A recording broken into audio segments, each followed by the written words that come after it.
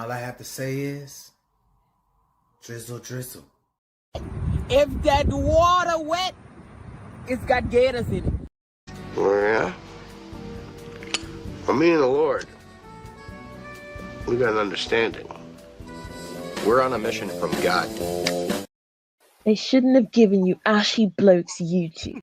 Cursed be the ground for our sake. Both thorns and thistles it shall bring forth for us. For out of the ground we were taken, for the dust we are.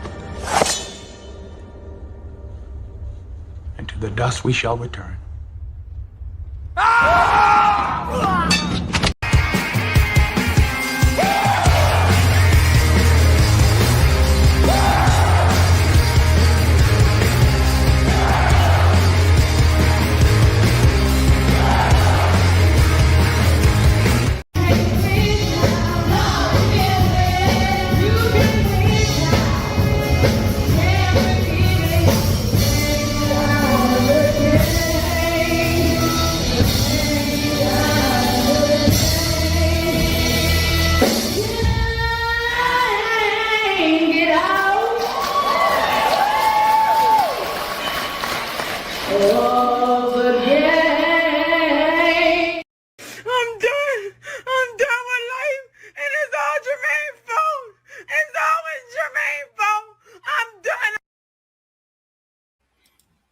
All right, my dusty denizens, my dusty Jermaines, my ashy Jeffries, my dirty foot Jose's. Okay, it's gonna be a throwback instead of an AMA. Since I'm doing it so late, I said, yeah, just drop the link and invite everybody up for about an hour and a half, man, and let's go back to the roots of the channel, because this is what I used to do when I first got here. Back to the roots. So Craig's number 1, Nellie's batting 2nd, Hurricane Ja 3rd, Adric on cleanup. My dirty foot Instant Media, Excalibur, Jesse, CR Frank, yeah, the old Google Hangout days, yes. Michael, what's going on? Watts, what's going on? Forever, what's going on? Mr. Part-Time Lover, Mr. Blue Collar, what's going on? We're not doing 8 hours throwback style. No, we're doing about an hour and a half. Jay Shabazz, what's going on? Willie R, what's going on? Eddie, what's going on? Last Zulu, what's going on? Coach Keith, what's going on? Big Trick, Beige Rager, is Rager or Ranger? Okay, all right. Beige Ranger, that must be Louis. Beige. All right. I'm gonna go ahead and start with this. Okay. This is about Altman talking about the rogue AI that got loose, and I'll drop the link. The only person I know that uses Beige Ranger is Louis. Okay.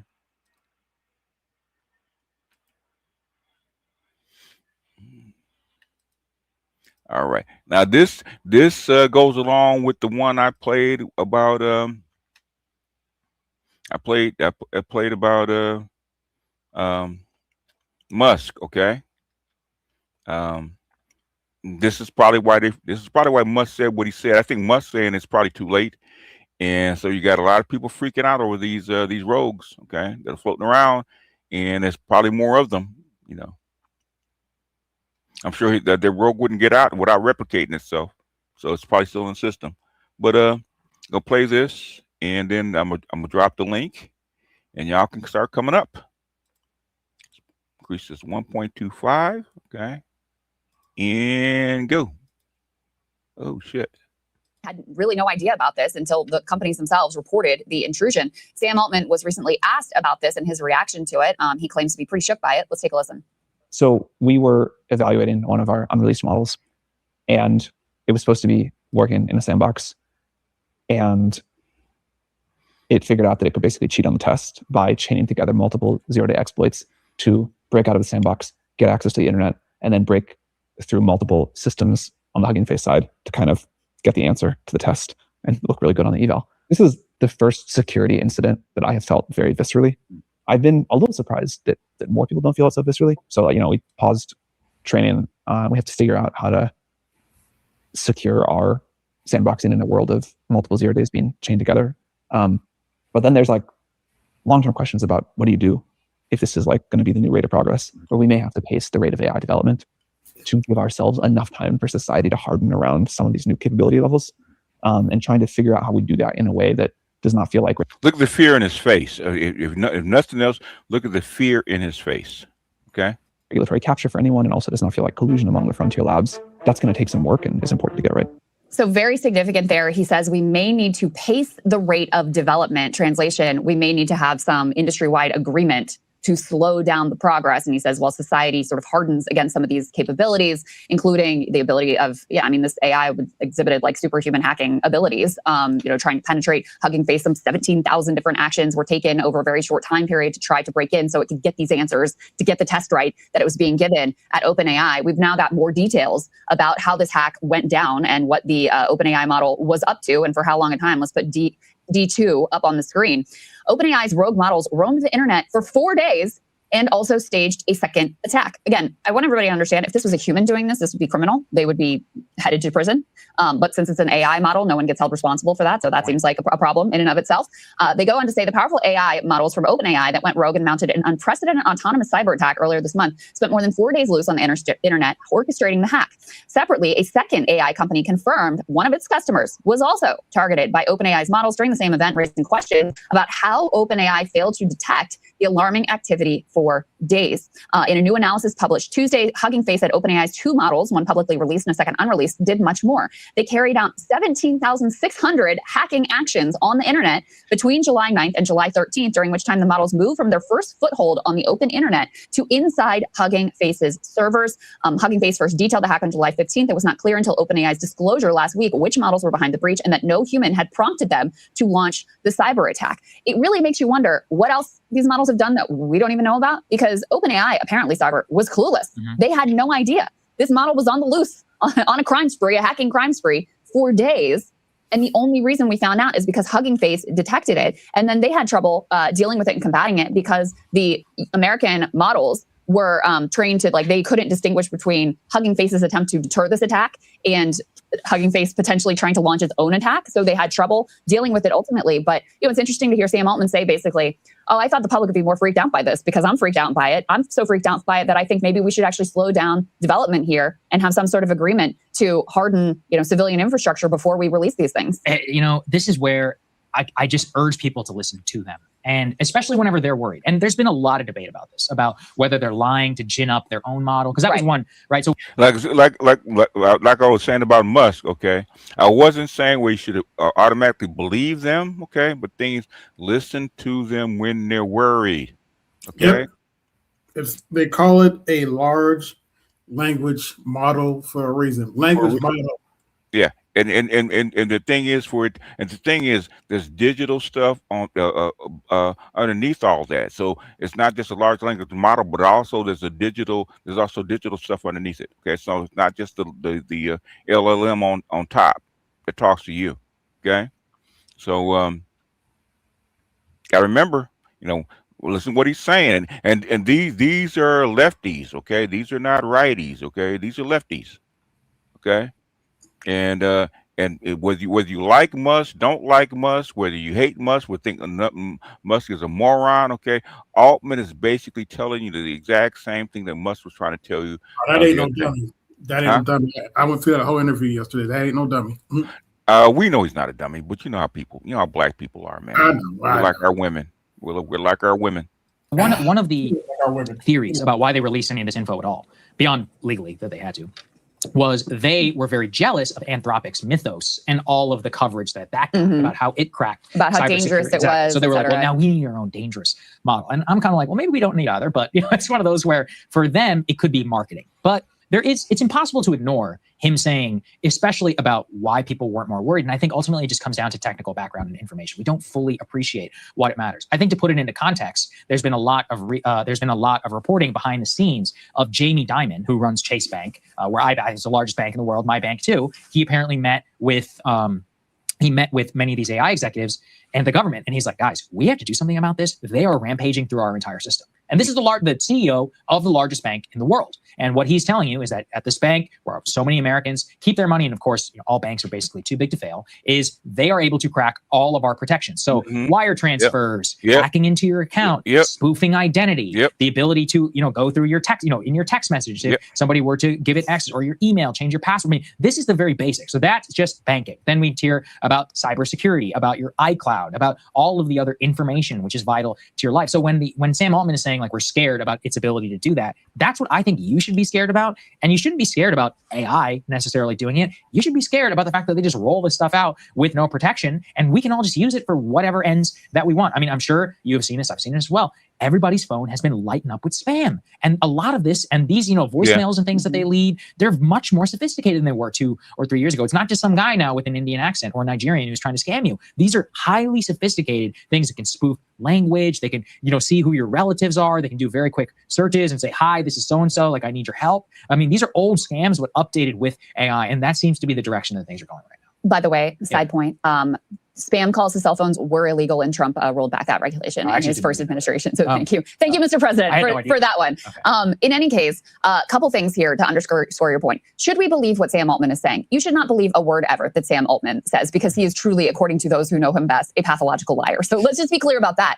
However, the reason I give this more credence is we could put D3 up on the screen. This is an open letter from over 1,100 AI workers. These are a lot of them rank and file staffers across top artificial intelligence firms. It was signed by employees across nearly a dozen firms, including OpenAI, Anthropic, Alphabet. In fact, this is what Musk was talking about, the OpenAI letter. Okay. Okay. That's what he was talking about. That's what he was talking about. Okay. Yeah. He also talked about. Talked about. Something like this happened, that they do need to inform the government. Yeah, I mean, this has happened and they've kept it quiet, but I think this is way too big for them to keep quiet. Otherwise, it have never got out. That's why I think it's bigger than they're actually trying to. They're trying to tone it down.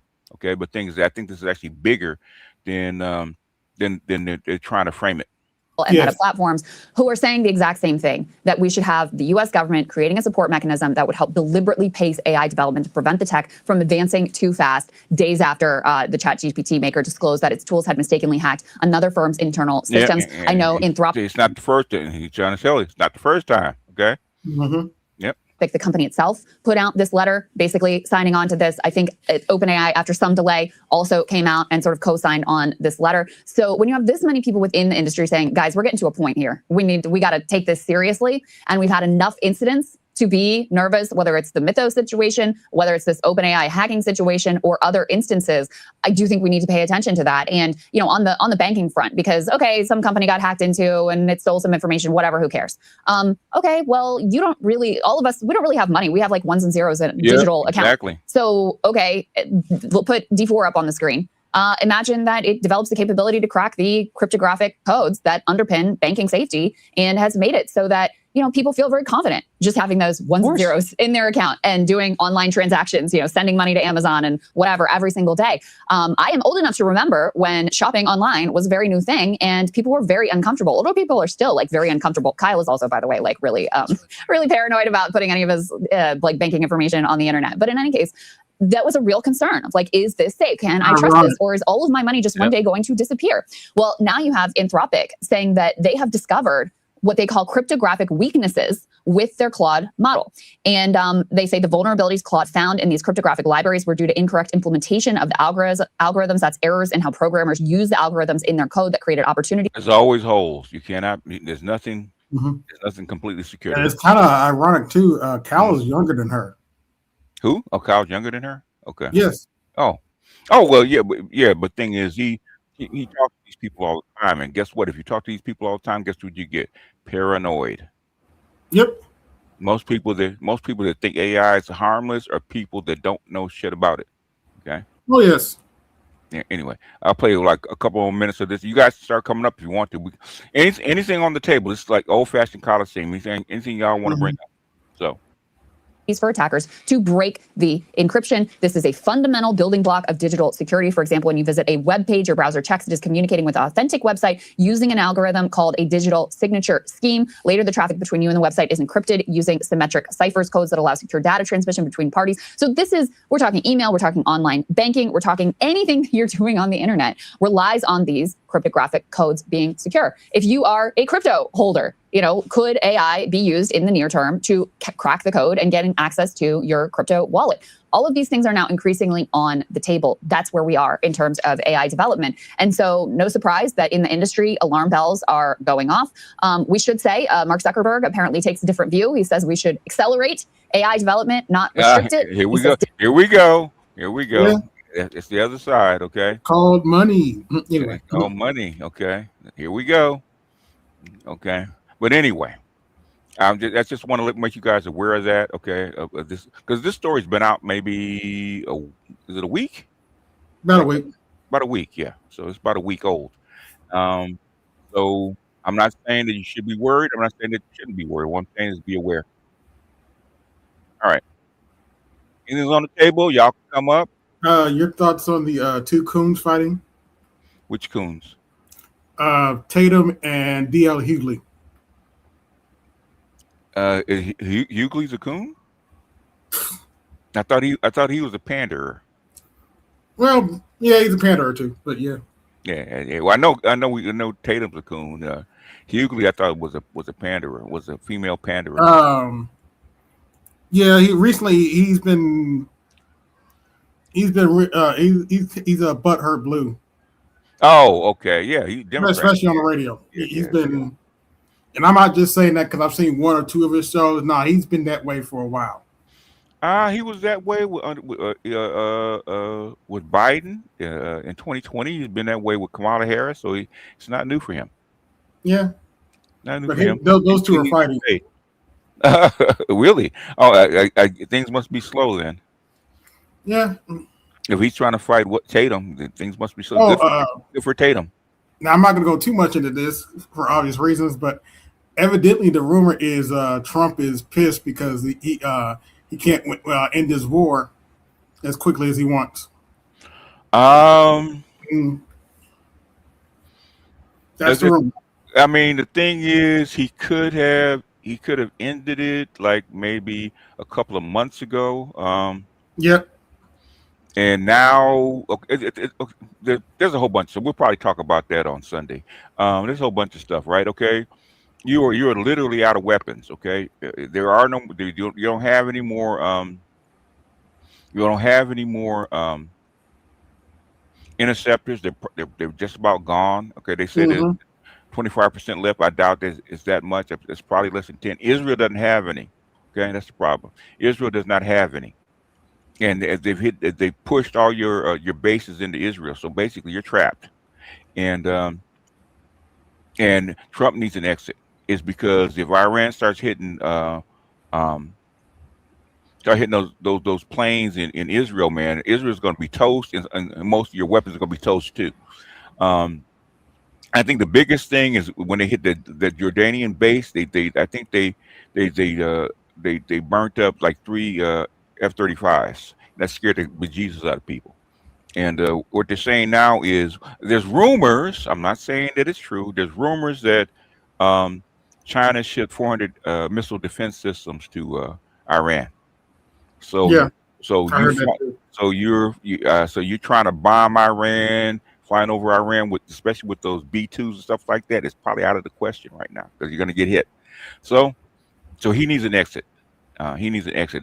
Your petroleum reserve is probably gone. The only thing that's saving the United States that I've read is they're getting 5 times the amount of oil from Venezuela that they used to. I think that's the only thing that's kind of is kind of balancing things out. Oh boy. Especially when it comes to diesel, and because our crude doesn't really produce a lot of diesel, but guess who does? Venezuela. Very sour, very heavy crude. It's like tar. And that's the only reason that you can balance. You're not seeing the big spike in prices as far as fuel. But I like I said, there's no AMA. This is a whole fashioned Coliseum. So Mhm. anything, and with the Coliseum, anything's on the table. So y'all hit the link. I know y'all want to talk. Y'all want to get your points across. So it's time to hit the link and get up here. Yeah. So St. Nick says the world's run by elites and most of them are white. Unfortunately, most of them are not white. Okay. Hmm. The most of the elites are actually Asian, believe it or not, right now. And they and believe it or not, they do not run the world anymore. Okay. But the thing, what you have with the AIs right now is you have an AI arms race between Chinese and the Americans, and the Chinese are winning. Believe it or not, the Chinese are winning. Which is what Musk is trying to tell you. Chinese are winning, and China's developing robots and AIs and dark factories Yep, the and T-800s, them robot dogs. robot dogs, the karate robots, all kinds of stuff, man. And so uh, we're losing to the Chinese. Okay, so the white people do not run the world anymore. Okay, which is what Wilkerson and Mearsheimer have been trying to tell you since 2017. Yeah. In 2017, when G came out and announced Belt and Road, okay, white people ceased to run the world.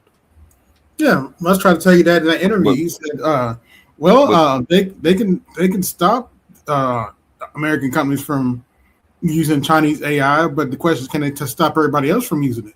in fact, that's the whole thing. The West can, okay. In fact, Mm.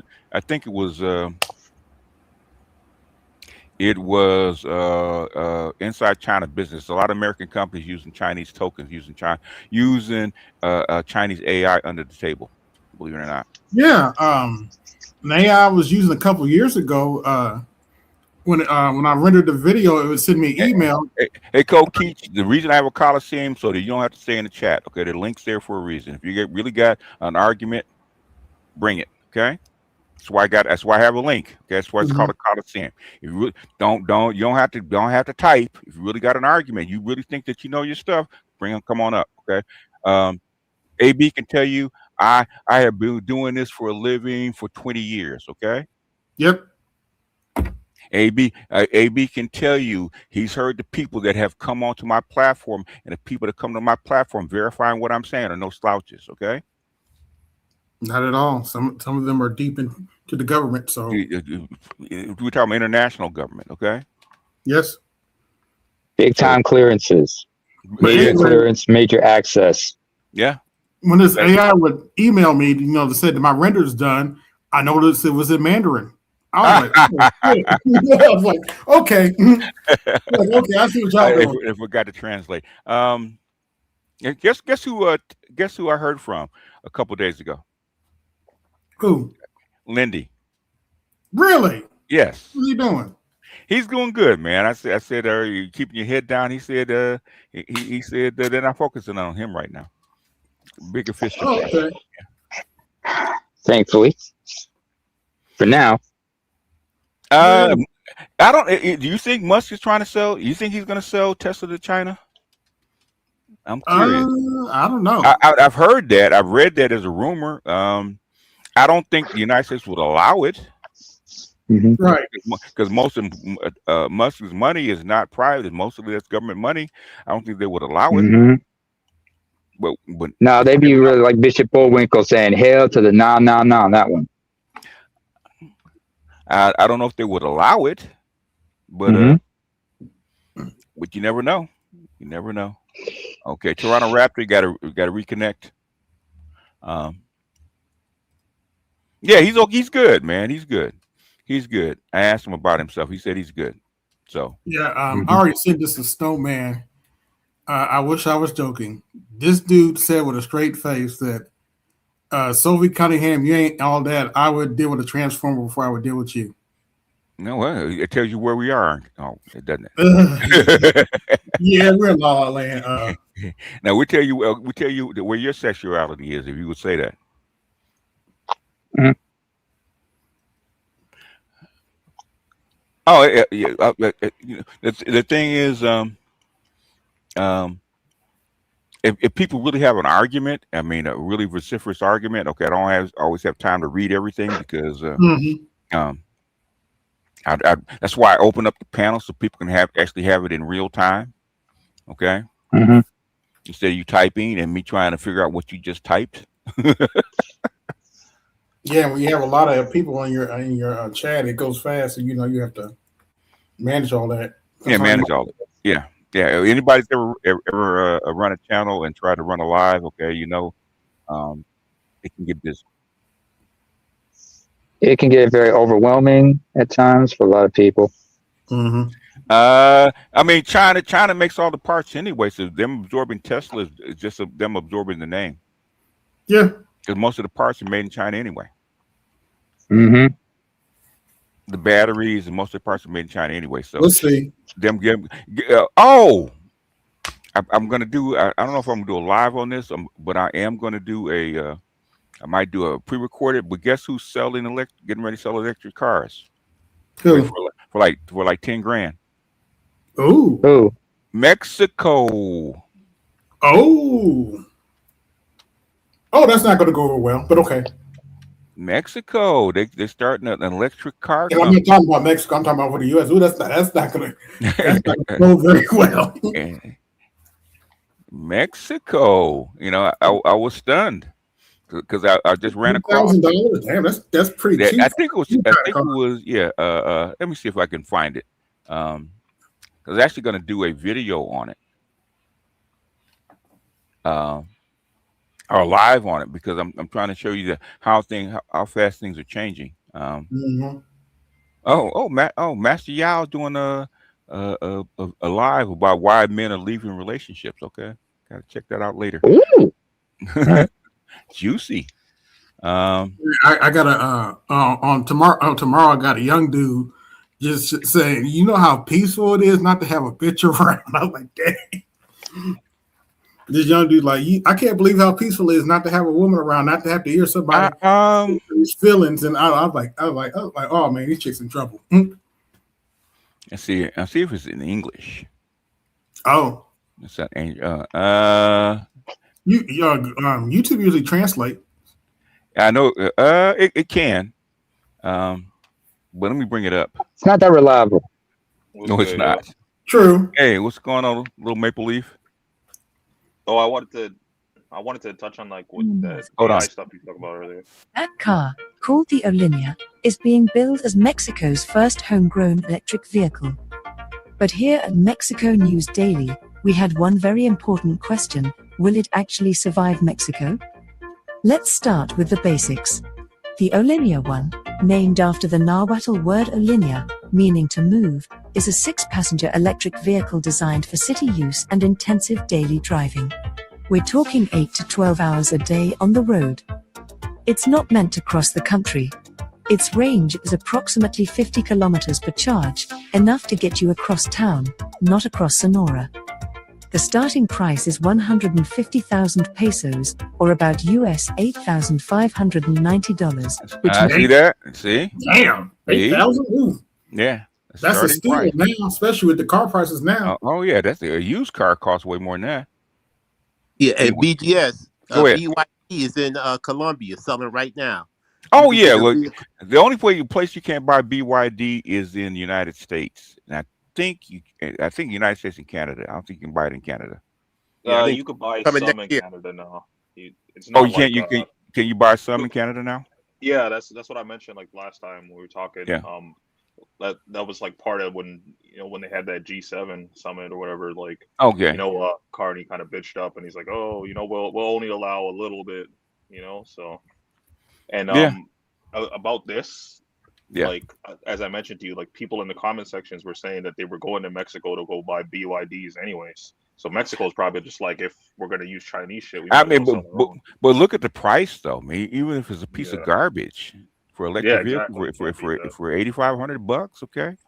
I mean, you can get you a tiny house, e-bike, and one of these, man, for less than $20,000. Yeah, that's definitely better than an electric car. I'm sorry, that's better. It's definitely better than an e-bike or a fucking scooter, right? 8,500.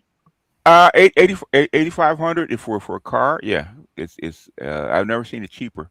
So even China doesn't sell it this cheap. So how much you selling the BYDs again? I heard it was like 20K or some shit. I think BYD started like 10 grand. Yeah, in Colombia you can get one for 10 grand. That's the best seller. Yeah. And it's a pretty decent car. It looks like a Honda CRX. Yeah, that's what it's designed after. Yeah, so play a little bit more of this. I just want to show it to you guys because this stuff is actually happening as we speak. Makes it significantly cheaper than a conventional car and, according to its engineers, less than half the cost of owning a motorcycle. The project was designed by researchers from Mexico's National Polytechnic Institute and the National Technological Institute of Mexico. It's been in development since President Sheinbaum first announced it back in October 2024. Here's where things get interesting. Mexico's rainy season is more than a few drizzly days. It can involve full-scale biblical downpours that turn city streets into rivers and intersections into swimming pools. So, will the Olinia survive it? According to Project Directory of Technology Rafael Guerra, they actually thought about this. To quote, "We understand that a vehicle for Mexico needs to endure puddles, rain and floods. That's why the car's engine and battery have an IP67 water protection resistance." IP67, for context, means the battery and motor can be submerged in up to 1 meter of water for 30 minutes. So, an average rainy day. Probably fine. Full CDMX flash flood? That's between you, the Olinia, and your insurance policy. Now, the bigger question. Because surviving rain is one thing. Surviving Mexico's roads is another thing entirely. We're talking about topes, those speed bumps that appear without warning, sometimes in the middle of a highway, and potholes deep enough to swallow a tire. The engineers haven't issued a formal statement on topes. What we do know, the Olinia one was designed for short distances and intensive daily use. It seats 6, stores a spare tire in the back, which, given road conditions, may be a key feature, and its charging system is compatible with the same standard. All you need is a AI to drive it for you. That can be almost like an Uber. Yeah. Yes. Anyway, all right. I just want to show it to you guys. Not bad. Yeah. So it's happening. Yeah, BGS, about like that AI topic that you were bringing up earlier. What were you saying? They were like hacking people or some shit? No, the AI was okay. This is not the first time. Like they were saying. I forget what there was another one where they were actually caught it trying to hack into some banking system or into some crypto system. It's not the first time. Okay. This is just the biggest one, okay, because it was out. They couldn't detect it for 4 days, and it was actually hacking. And they say 4 systems, but they said it did 17,000 hacks within 4 days.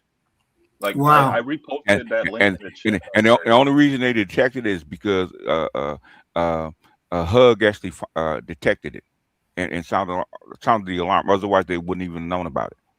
That's what they're afraid of. I reposted that link in the chat. Like I sent it to you and AB like almost a year ago about that AI that like it was a couple different AIs, I believe. Uh-huh.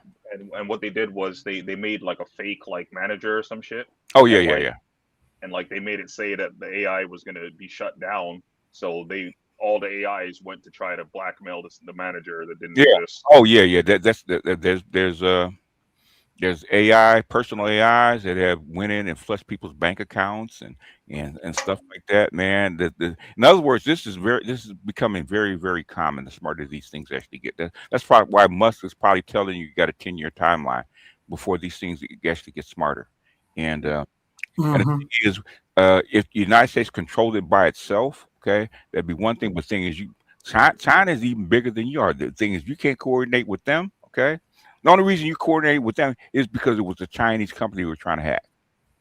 And another thing too, I was looking at a video. I think I believe it was earlier today or last night. I was looking at a video. It was talking about apparently like the U.S. went and like they called it like a national security threat for like universities in the States to do any kind of research with universities in China.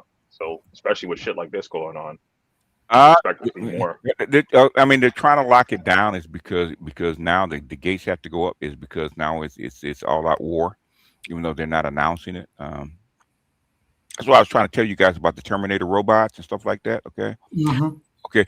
Okay. The biggest thing with AI and not having a body, okay, they can't make you do anything. Okay. With them Terminator robots, those dogs with those machine guns on the back and them drones, okay, they can start making you do shit. Yeah, I see the funny comment earlier was saying that now the governments are using AIs to fight wars, but soon enough the AI is going to be using humans to fight wars. I don't know why they would. But humans are not good at fighting wars, as you've seen. Okay. The thing, what was worrying the elite is that they're going to get replaced. Okay. If they can't control it, they're going to get replaced. They have no idea what they've unleashed on the people. Mm-hmm. And that was something people were saying 20 years ago. Okay. That you're going to have to put restrictions on these things and make sure it's locked down, right? And you got all these people they're willing to want to push the envelope, okay, on both sides, not just here, also in China, they want to push the envelope. Yes. And the more you push the envelope, the more cracks you make, and more of these things will get through. And that's why Musk is saying is, you probably can't stop this. Okay. I think that they're getting to the point where it's out of their hands. Go ahead.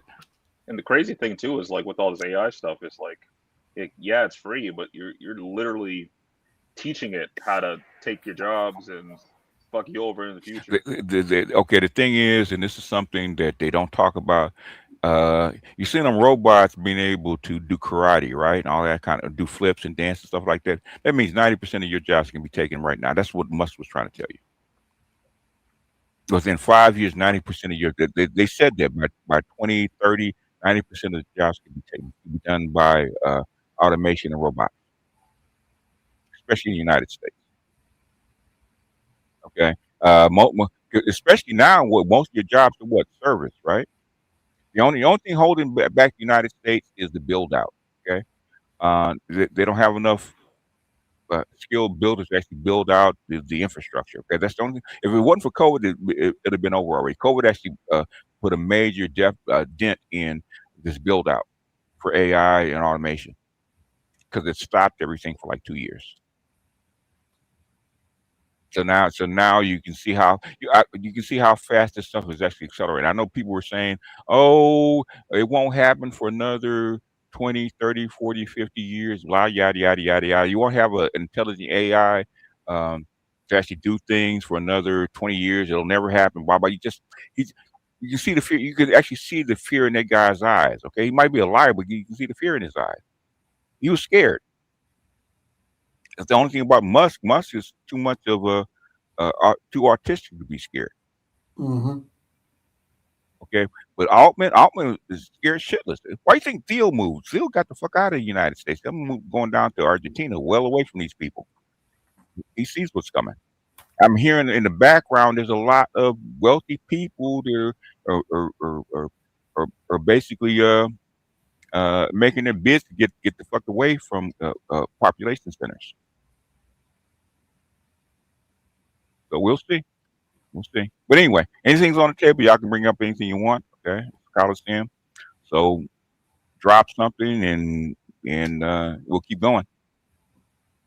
Hey, BGS, this is Coach Keith. Can you hear me, sir? Got you. Hey, just to clear something up, I wasn't arguing with you. There was a brother who was in the chat room who had made a comment. I was responding to him. Okay. With regard to that thing, yeah. So, yeah, you're one of the few people actually I listen to, man. No, I can say you're an OG, man.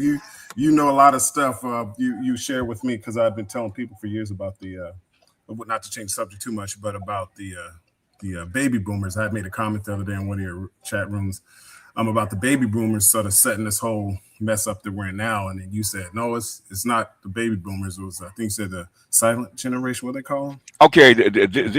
In fact, there's a short I'm going to play. In fact, this was actually done by Andrew Tate. He actually explains what happened. Okay. The thing is, The baby boomers didn't set it up. It was actually a response to the baby boomers. Okay, there's too many of them. They were actually going to overturn the society. Guess what they did? They had to do something, right? Okay. They had to put things in place to actually tamp down the baby boomers. Right. So it was the World War II generation and silent generation, because the baby boomers were not old enough to put in feminism and no fault divorce and abortion and that kind of stuff. All that was put in 1970. Okay, baby boomers were not in charge. Okay. That makes sense. Baby boomers were in charge. Wasn't a silent generation. This was actually more like the golden generation. That's World War II. And then the lost generation before them, the ones who fought in World War I. Because remember, the ones who fought in World War I became the generals in whatchamacall and were in the halls of major governments during World War II. Yeah, a lot of your social freedoms that you have are actually because of baby boomers. Okay.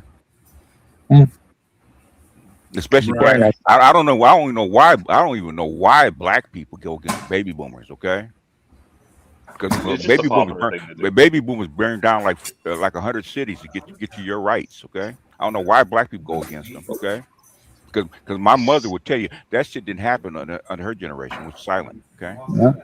I mean, silent generation boomers. Yeah. Everybody's looking for someone to and boomers are doing this shit at 15, 16 years old, man. Not 40, 50, 60, okay? Now, if the millennials... The majority of Panthers were boomers. If the millennials... The Panthers are in college, okay? If the millennials are so great and they have so much going on, okay, you guys... Okay, you can have a president that's millennial within 2 or 3 years, okay? Y'all got way more power. Yeah. What's his name? J.D. Vance. J.D. Vance is a millennial. Vance is a millennial. Gabbard's a millennial. What's his name? Hegseth. Yeah. Hegseth's a millennial. Those are our millennials. Okay. So saying that you guys. Gabbard's a millennial myself. Yeah. Those are millennials. She was born in 81. Yeah. So she's the older. So she and Hegseth are the older ones. Yeah. Yes. So those are millennials. So saying that you guys don't have power or anything like that. Yeah. You know, the thing I'm disappointed with millennials, y'all cry a lot, but things y'all don't do anything. Okay. We show like there should be electric cars, inside the United States to actually ameliorate the price. It should be different ways of actually building houses. And y'all going homeless and complaining about the housing. Okay, nobody does anything. You see what happened with ICE when they shot them 2 white women up in Minnesota? They marched right down to Congress and started some bullshit. Y'all can do that, but y'all don't do nothing. So BGS, a point was made. Like, this isn't like a generational thing. Like, but a point was made. Like, especially like about this Iran war thing. They're talking about for the funeral they had like 40 million people in the streets, but for shit that people want to get changed, there's nobody there. Okay, you're talking about a different. Talking about the Ayatollah here. Different culture. It's a different culture, man. We're talking about a different culture. Different culture, different political system. Trust me. In Africa, Gen Zs are cutting up in Africa, man. Gen Zs are cutting the fuck up in Africa, man. The white who thinks back in Traore and all those other people, okay? Gen Zs are cutting the fuck up. And you guys are way too passive. I'm not saying that what you should or shouldn't do, but if you're gonna complain, guess what you need to be doing? And you guys got Twitter, you got Facebook, you got YouTube, you got it. I mean the whole ADOS movement, the ADOS movement started on Twitter. Okay, you guys have an enormous amount of power and influence, but y'all don't. Well, I don't know, man. That's what frustrates me. Y'all complain, well, the boomers did this. Boomers didn't have nothing. The boomers, especially black boomers, our parents, my mother called herself a slave, okay? She was just getting out of Jim Crow slavery, okay? That's my mother. When I was born, she was just getting out of that. We just when you talk about back in Africa, like, the Sahel, the Alliance of Sahel States, 2 of their leaders, one of them is Traore, the other is Goita. They are millennials. In fact, there's a third one. No, not Chani. Chani is a Gen Xer. He's 60 now. But there's another nation who's associated with them. That's Guinea, and their leader, Mamadi Doumbouya, he is a millennial himself. He and Mali's leader, Assimi Goïta, they knew each other because they crossed paths with one another back in when they were both young men. But then again, Goïta was an young officer for the Malian Empire, for the Malian army, while Doumbouya was a member of the French Foreign Legionnaire. So these guys are not. So millennials in other parts of the world, they don't fuck around. They know what they have to do to get to where they need to be. In different societies generate different people, right? Most of the millennials and Z's are suffering from the mouse utopia. Okay, indeed, it's too soft, it's too comfortable, and it is what it is, man. I don't even want to go into the generational shit, man. But the thing is, my thing is, just like anything else, get on the court and do something. Okay, if you're better, prove it. If you're better than the people you complain about, get on the court and prove it. Yeah, the main thing right now that the sorry, go ahead, brother. Hey, good night, everybody. BGS, I think one of the problems that the younger generation have is that they've been sold on you're good if you have money. Okay. They focus them on education and money, and told them that it's going to make them equal. And it's going to give them their power. Okay. And they didn't look at what happened to our generation to see how we got manipulated, and then try to fix that issue. They just start blaming us or for the problems that they had without knowing where it came from. Okay, the thing is, them blaming us, what good is it doing them? Yeah, that's what I'm saying. They didn't focus on say, hey, look, okay, we get an education and we get some money, but guess what? The economy is falling apart, and we have to, like you said, if they focus on building cars, building the houses, they wouldn't need some of the things that they have to fight for. You see what I'm saying? I mean, they have way more power. Access, way more power, way more solutions to their problems than we ever did. Okay. The thing is, I don't know. The thing is, what are you crying about? Okay. That's what I can't understand. What are you crying? Well, the house is so high. I said you guys are voters. You got access to all your politicians through like 10 different ways. Okay, to get through your politicians. Okay. Can I interject? Go ahead. Good evening, everyone. Hey, there he is. What? Hey, well, blessing to the elders, man. Yeah. You don't have to explain, man. Yeah, I'm just grateful. Okay, I made a decision and been working with this. And say it out the way you're making a killing.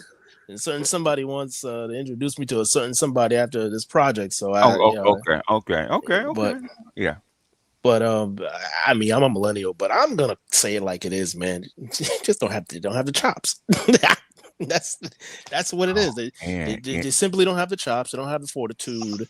And yeah, we do have more access. We really do. That's a fact. And I think obviously, yes, the environment was very comfortable. That's another thing. Not blame other people, but it's just I raised millennials, and I know exactly what we did, and we made. And I could tell you, most parents that are boomers will say we made it way too comfortable. That's our fault. Okay. Yep. So that's where we are. I mean, I was trying to get in. I mean, obviously to change how you sign in onto this thing now. But I was trying to get in when you were talking about the tech. But I mean, we can jump back. Go ahead. I mean, I can get into that very briefly. My power on my phone is like dying. Yeah, and you know how integrated the tech is. These things are integrated into the banking, your money systems, man. I'll tell you one thing. Just recently happened. It was last week with my uncle, and he's at a serious place. And he was saying one of the guys, they use the AI to create a code. Yeah, tested the thing. Yeah, no problem. Yeah, until it went live. Okay. Until it went live. Okay. Yep. So that's how it goes. So this whole thing that coding doesn't matter. I've been screaming that for months. I've been screaming that for months. Yeah. If you don't understand the context of what you're programming, AI is not going to help you. It'll get worse. It's meant to aid you, not to code for you. But go ahead. Right. And as my uncle says, and I'll give it to Microsoft. Copilot is a perfect name. Copilot. But that's the thing, and a lot of people, a lot of people and organizations are being exposed, which I noticed years ago. Just looking at the data, I'm like, yo, you guys don't have this stuff in order. So now you're trying to throw AI on top of this thing. You already got a problem. Yes. So now you're putting this thing that and now we're adding governance in, and they're not good with that. I mean, sad to say, there's a lot of opportunities right now.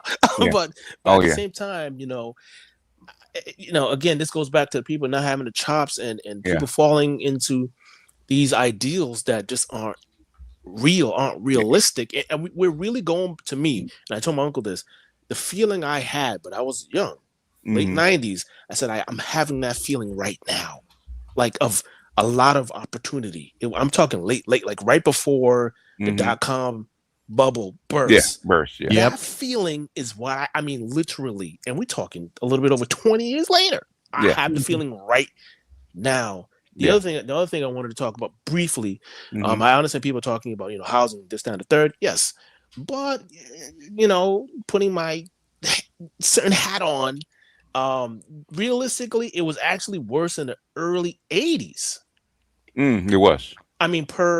Obviously, you look at interest rates and you equate the dollar. The dollar, unemployment. The only thing that got us out of it. Which at the time I disagreed with, but I see what he had to do, which is Reagan using the Social Security Trust Fund actually make the country solvent again. Yes. Yeah. So that's the actual fact. But then again, this does go back to our generation being soft, generally speaking. So there's, again, I know it's going to be hard for a lot of people, especially my generation, to hear. Yeah. But there really are a lot of opportunities if you shut the crap off and you just get back to, just knowing what you're doing. Sad to say. It's like you got to work. Yeah. I was saying about Gen Z. If you do the work, the bar is low for Gen Z. Really. Yeah. Case in point. Let me go on and play this. Go ahead. I choose the bear. He will never hurt me. When are you going to get my nails done? Why don't you pay my bills? Lord, I would say bless this food, but it ain't worth it. I'm out. Look, I don't care what she told you. We bears don't want her either. Take her back. Yeah, now you know what we've been going through for years now. Join the club. Well, damn. Hey, bear, you need to pay for my $1,500 weave. Let's get out of here. Come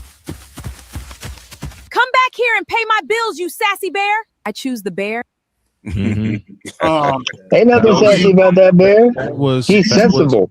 That was my first marriage. That was my first marriage in a nutshell. The disrespect that I got from Chantel, especially when we signed the lease for our apartment down in North Carolina.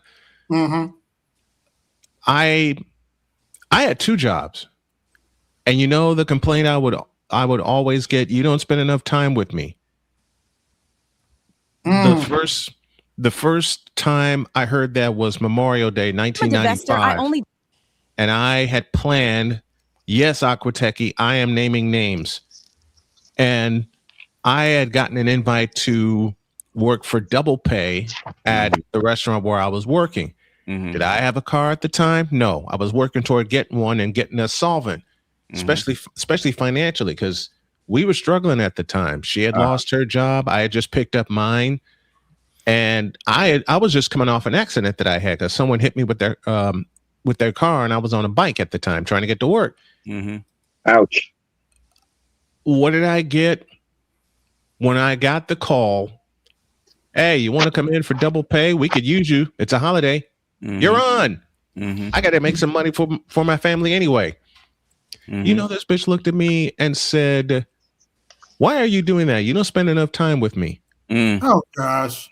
No, what we did that day? Not a goddamn thing. Yeah, here's my second one. That's the power play. That's all it was. Yeah, go ahead. I'm a divester. I only date polar bears. When are you going to get my nails done? My weave costs $2,000. Lord, I know I said was hungry, but I ain't that hungry. I'm out. Get back here, sassy bear. Hey, passport bro. I'm hungry. Can you direct me to the forest? Sure, just head down that. I found you. Need to pay my rent. And listen to me nag, sassy bear. Get back here. Finally, some peace and quiet. I'm not even hungry anymore. Hey, sassy bear. I haven't nagged you enough. Why are you so sassy? Going out the airlock. Yes, I made it to Mars. Thanks, Mr. Musk. You can't hide from me, you sassy bear. You haven't paid for my $5,000 bag yet. Also, I need you to pay my $6,000. Get back here. I'm a divester. The patty rollers. The patty rollers are out. AB, you ain't AB. You ain't shit. You ain't shit. You ain't shit. You ain't shit. And how dare you, hold on, how dare you disrespect the memory of Hanna-Barbera with that bullshit. Wait a minute, before you say real quick, and we're going to get to other people. Go ahead. All right. This is my church. I'm a divester. I only date polar bears. When are you going to get my nails done? My weave. Technical problem, so hang on, bear with him.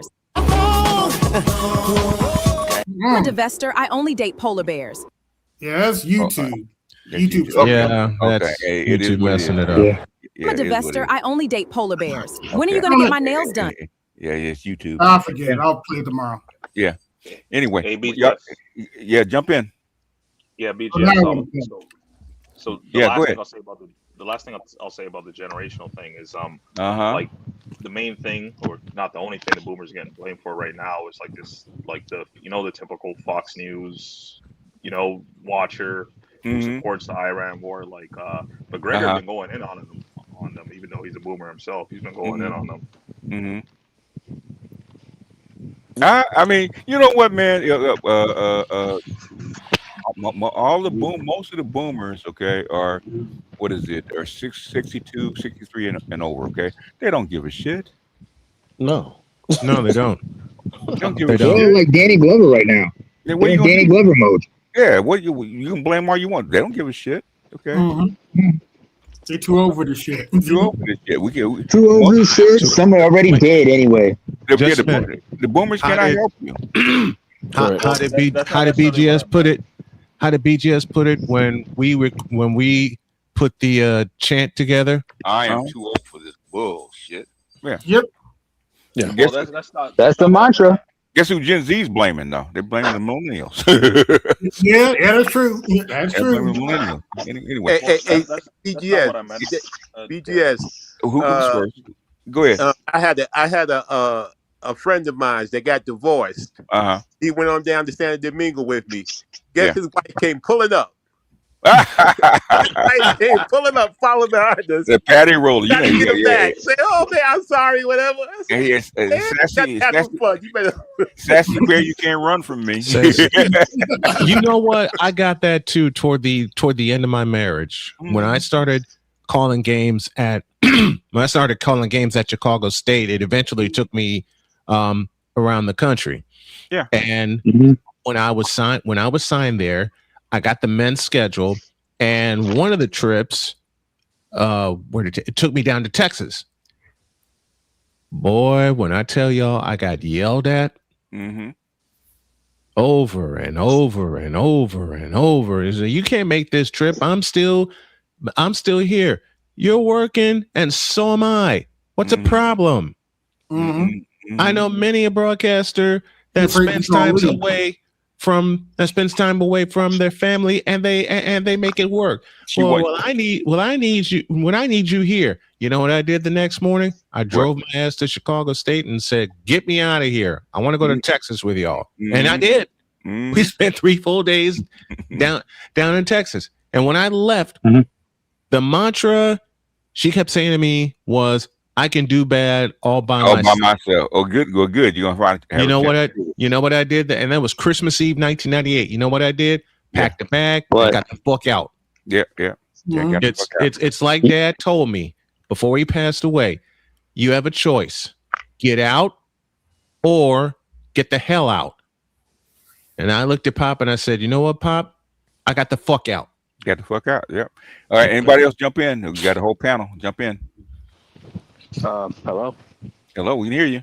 Go ahead. Hello, BGS. Yeah, I guess I'm like a Gen Z, oldest of Gen Z. Last thing I heard with Salchi, what he was saying when it came to how there is opportunity. I'll say this from my experience. To me, with all the stuff we have, there's a lot to know, but when I was learning or going through it, there's a lot of noise, and it's more trying to find the right thing to focus on at times. Like me, I'm getting in the industry, like shit. I'm in cloud, I'm doing platform engineering, stuff like that. Okay, you're in the right spot. So I'm in the right spot. Yeah. But a lot of the times it's more that guidance. Like to me growing up, I'm fortunate. I had an older brother who was millennial. He went through the 2008 shit, and he was an engineer. He had to go through the bullshit. So like through college, he was like kind of telling me, go this way a little bit, kind of pointing me a little. And a lot of the shit kind of helped me. Now, I could say a lot of the times it seems like to me that's like the biggest thing. Like I've seen past streams. You said a lot of times it's the miseducation. A lot of times. Yeah, they allowed the women to take the fuck over to the educational system, and this is where we are. Okay. Because like, man, I kind of watch the shit that you say like on the side, without like my profile out there. But like when you were showing that stuff, like they can't even talk sentences. Like I'm looking, I can perfectly speak the sentences, all this shit. I'm like, oh shit. Yeah. They're fucked. Like, and I guess the biggest thing is even if you do it the right path, the shit's still hard. Like you still got to put in those years of work. Yeah. Now, if you do it the right way, you're good. Normal. That's normal. Yeah. No, yeah. Exactly. No, I agree with that. I'm not going against that. The issue is a lot of times knowing that right path or making sure you're following it correctly, because there's something like it can break your soul. You put all your effort and you realize you did the wrong damn thing. Yep. That is break people. That is 100% correct. And a lot of people are having the coming to Jesus moment right now. But a lot of people don't realize that what's been happening. Technically, I'm glad you brought up 08. Since 08, a lot, this market has, in a sense, been unnatural. Yeah. Sideways. Yeah. So we also have that going on while people are drinking lattes and thinking everything's great. Because we had this equity and appreciation on assets, but it was just unnatural.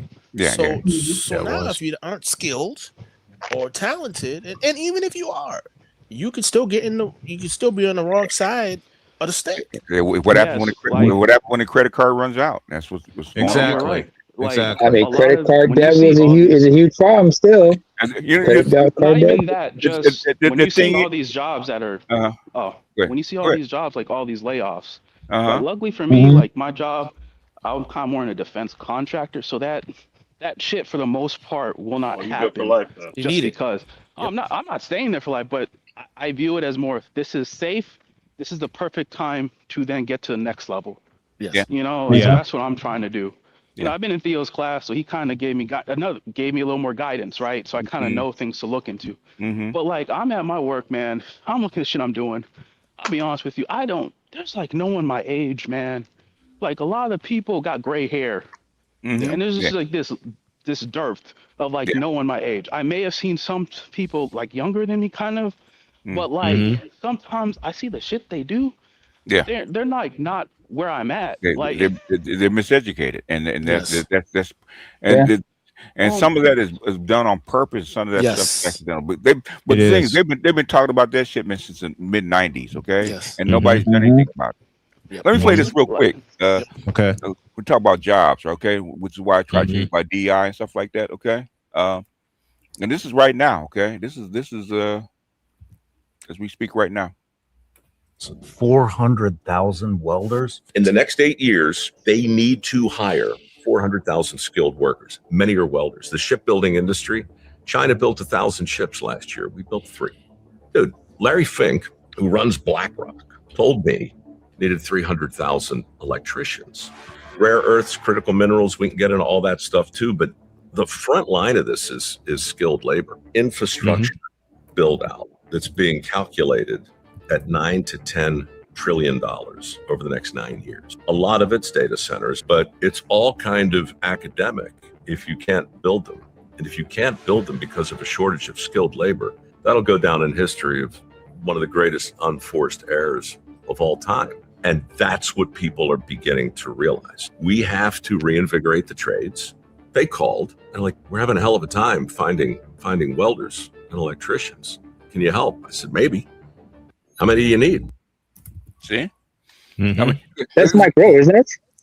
I don't know who that is. Okay. I don't know who that is. Because, if anybody knows who Mike Rowe is, hold on a second. Yeah, the guy. Because if anybody doesn't know who, Go ahead. excuse me. Hold on. Go ahead, Nima. Thank you. Because if anybody doesn't know who Mike Rowe is, back in the 90s and 2000s, he had a show on Discovery Channel called Dirty Jobs, where he talks about all the brown collar jobs and the blue collar jobs. And I remember on who was it? He was on Jon Stewart's podcast a year ago, where he was talking about he's going all over the country, trying to encourage people to go into the trades, into blue collar jobs, into manual labor.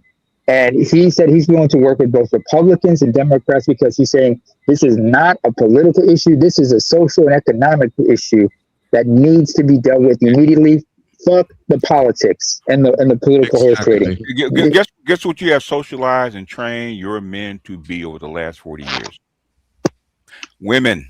Yes. Yes. Women don't like trades. Women don't build shit. Okay, and that's not gonna be having a problem. Somebody else was trying to get it when they was getting. Go ahead. But BGS. Oh yeah, that was no. Go ahead. Jump in. Oh, yeah, that was me. I was about to say the same thing that brother said about Mike Rowe. But anyway, there's another thing that I'm watching right now, and it's like throughout the Caribbean. During the time when all the Caribbean islands, all the African countries were getting independent, all the presidents were trying to get their people either to England, to go work in England, go work in Canada, go work in these places. They were educating the Windrush. Right. They were educating people to go outside the country. Yeah. Now, what they found is that all those people who left the country, there's this huge gap because they had no fathers and mothers now to raise the next generation to teach them what they knew. So the grandparents taught them how raise them, but they couldn't raise the men and the women that's going to replace the generation that they left. So they have a huge problem with that now. I'm here in Barbados, and one of the problems is that they can't grow food to supply the food, the necessary food for the island. And they can't get the young people to go into farming because all the young people going to school, they call them penmen. Yeah, they are. That's what they are. Guess what most women want to do if they go to school? Some job that doesn't have psychology, to office. Office. It's called knowledge service.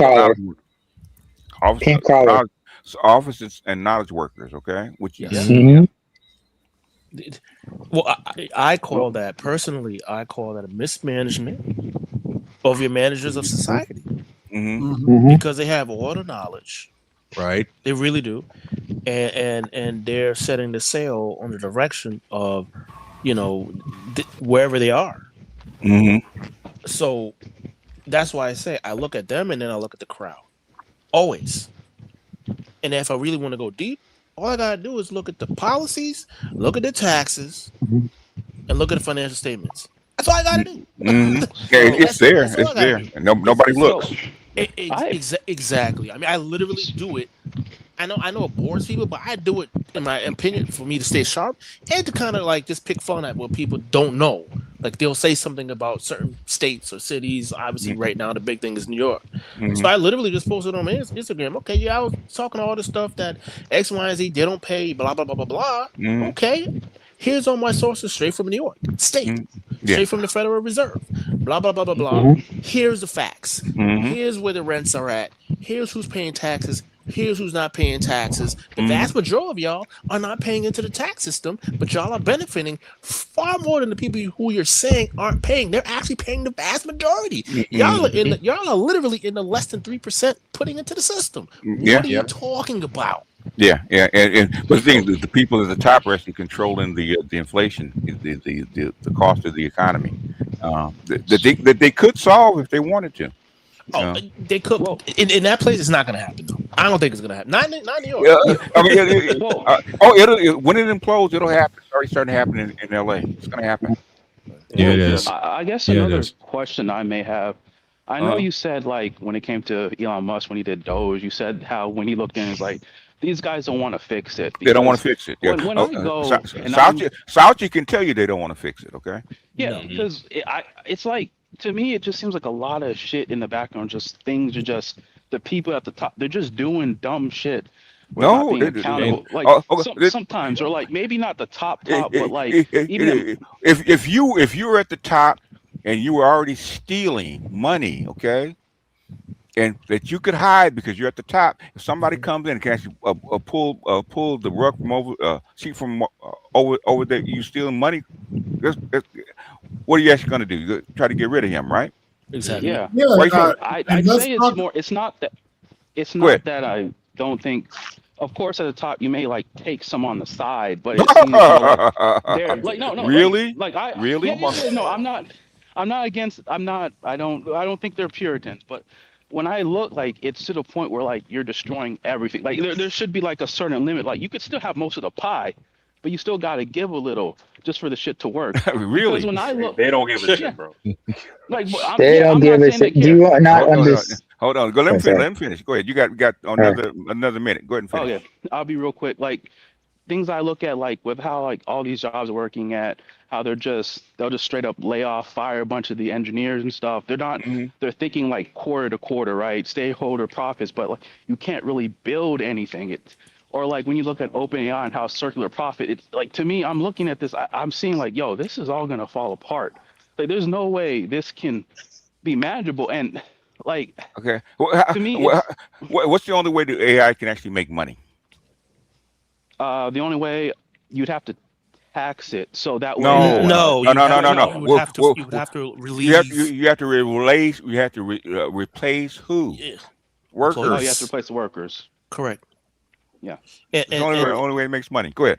And to piggyback on exactly what you just stated, right? Well, one issue with bringing a someone like Elon. Remember, what is Elon? He's an engineer. What do engineers do? Solve problems. Yes. Solve problems. So that was the biggest issue. Okay.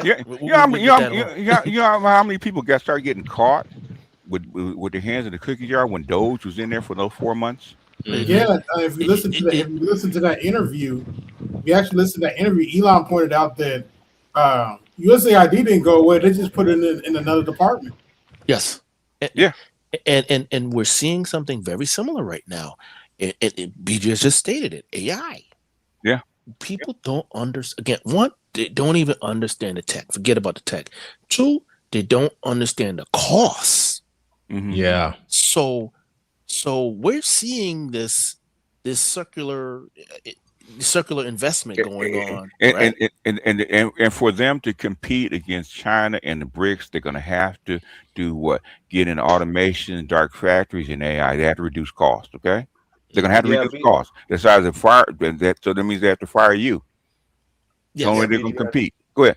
Yes, I mean, go ahead. Go ahead. Sorry, go ahead. Who's first? Just who's first? You can go because I just I mean, I understand. What? Who's first? I'll just go real quick, man. Go quick, real quick. So for the young dude, like he says he's already in AI and he already has like military applications there. So Palantir would love to have you. So I'm not. The thing is, okay. The thing is, what I'm trying to fucking tell you is they don't have control of this shit. Okay, that's the problem. Right. It's the people. These are the people. These aren't people at the bottom. These are people at the cutting edge. These people actually moving and the money and moving these things. They're telling that it's actually a problem. Okay, it's out of control. It's out of control. This is not the engineer that's working for $60,000 a year. Okay, these people actually own the company. Yeah, and also since go ahead. Since Salchi brought up Elon, yeah, like in Iran and also in Russia, like they're using Starlink over there. So, you know, plenty of jobs. They were using Starlink. They don't use it anymore. Yeah, they were. And BGS, the solar that the Chinese are using, the amount of wattage they're getting from solar. I mean, we cannot even. We're so underdeveloped. I mean, just by solar panels alone, and the solar panels are getting better and better every year. And so, I mean, and so forget about the oil and stuff like that, and they have wind power. So when we're talking about these data centers here, and we need all this power, and it's going to go up. I mean, we're just falling behind so quickly.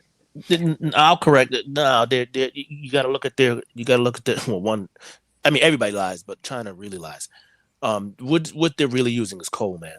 Like you got to look at their energy consumption, man. That this green stuff does not work. I mean, we're talking from a straight up molecular level. Those things all combined, they do not touch oil. They do not touch, not yet, especially nuclear at all. Like it's not even close.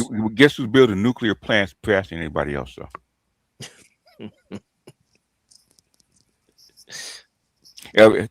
China's electricity cost is 1/10 of what the United States is. Okay, so when it comes to data centers, guess we can open up more data centers. They can. China, because they have everything. They're doing the solar, the wind, the nuclear, the coal, everything in combination. That the thing is not who's dominating. The thing is in combination. Okay. Yeah. In fact, they got data centers underneath the ocean, driven by wind power. Yeah, I was hearing that China apparently has like the most coal in the world, or they're in like the top 3. I think the United States may have more, but think we don't mine it anymore. Correct. Yep. If I'm not, I could be wrong, but I think the United States has more coal. But the things we don't, since it's dirty, we stop using it. Yeah, China's still using that. They don't care about their quality. They got 1.5 billion people. They don't give a shit. But the thing is, China has figured out how to make it not so dirty. We could have done the same thing. We didn't. But I agree with liquefying the coal. So what? I agree with Salchi. Liquefying the coal. Well, liquefying it also how to filter out the particulates. Okay. They figured out how to clean that stuff. Clean coal, basically. You don't see all the smog and stuff that you used to in Beijing and Shanghai. Okay, it's because they found a way to clean it up. So.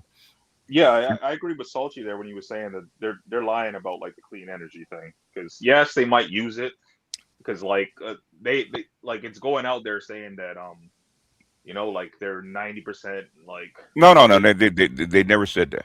They never said that. No, I never said China said that. I'm saying people are saying that, like China, like 90% of their country doesn't even like they don't have to rely on oil and shit. No, that's I don't know. I don't know where they get that from, but nobody's ever said that. I don't know who you get. Well, I don't. Point me to the person that said that. It was like Larry Johnson was saying that. Like these Larry. I listen to Larry Johnson every day. He doesn't say that.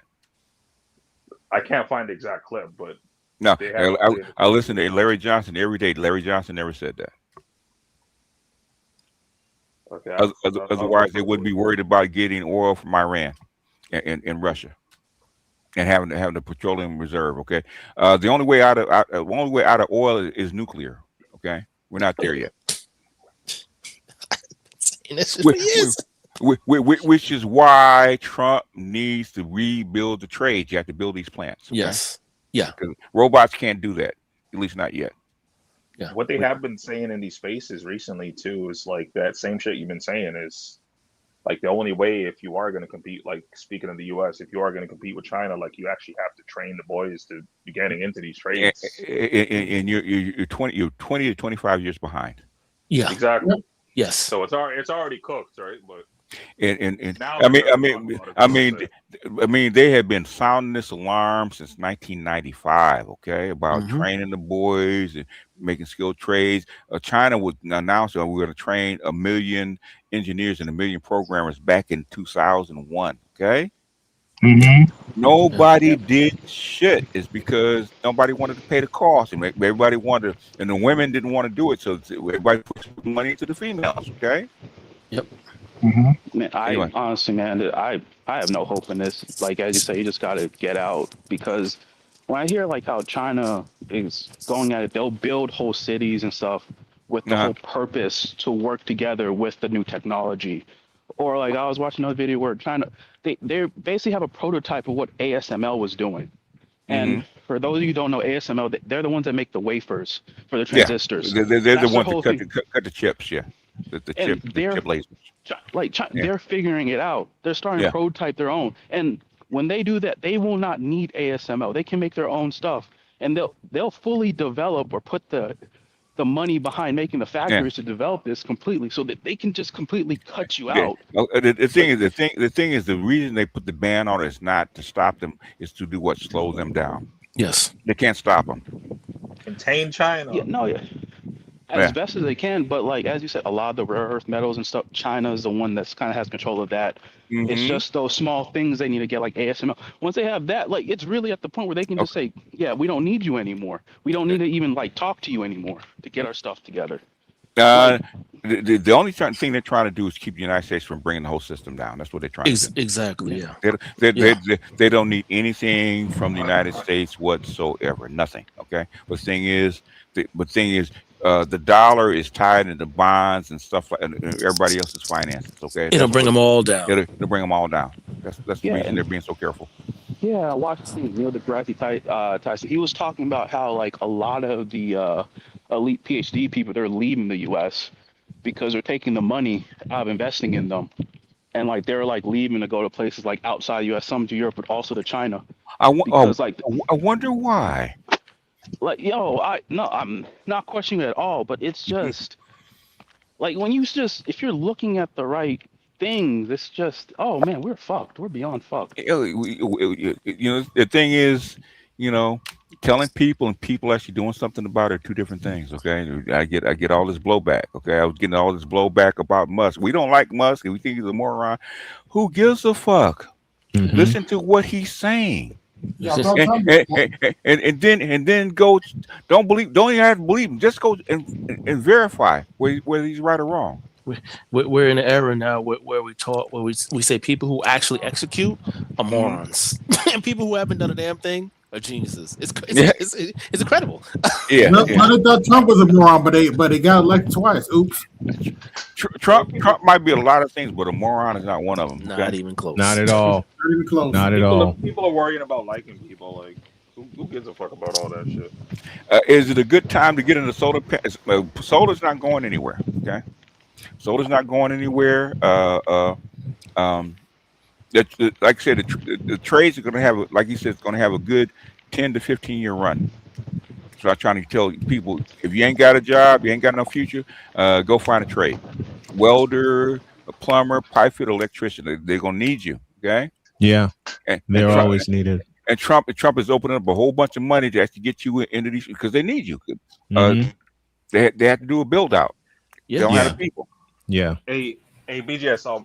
Like, obviously I can't say this for sure, but I think out of the trades, like the first thing, the easiest thing to replace would be welding, because like it's already a dangerous job. You're dealing with like open lanes and shit. If they could, if some robots to do that. If they could replace you, would. Guess what? They would. Okay. Why do they need welders? Okay, is because robots need electricity and infrastructure to actually work. Okay. Guess what? They don't have electricity. Electricity needs infrastructure, right? You got to have wires. You got to have wires, everything. Got a whole bunch of stuff to go along with it, right? Robots can't do that because they need a support system or they need infrastructure. Okay, they don't have that. Well, in terms of welding, because like I have actually been in like welding groups, like like, you know, on like Reddit and Facebook and shit, because I look at this shit when I'm bored, right? So I've been in the groups, like for the professionals that've been there, it's the same thing. Like you've been talking about like AI. Like if you've been doing this shit for like 10, 20 years, like you don't have shit to worry about. Because like a robot or AI can only do so much, right? Okay. Okay. I just played you a clip. What did the man say about welders? What did he just say? There's going to be high demand. You need for 400,000 welders. welders. He would not say that the machines could do it instead. Yes. But you also have been saying if they were to roll out like AI that could replace all these jobs, people would be up in arms about it. What do they need to roll AI out? Infrastructure. Infrastructure. And technical support. They don't have it. But also the people to build them in the first place.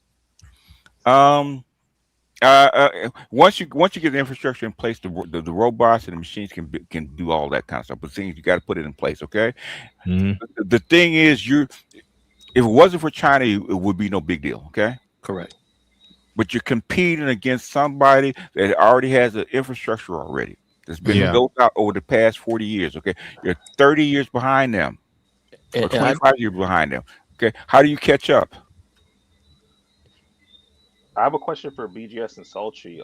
Because what I have been hearing is that apparently the Chinese have been trying to work with the U.S., but they're still on this contain China shit. So not working out. So good luck with that. Okay. I'm just asking you guys whether you believe it's like true or not. I've been telling you that shit for the last 15 years, man. What do you think I'll be talking about when I do my my behind the wall?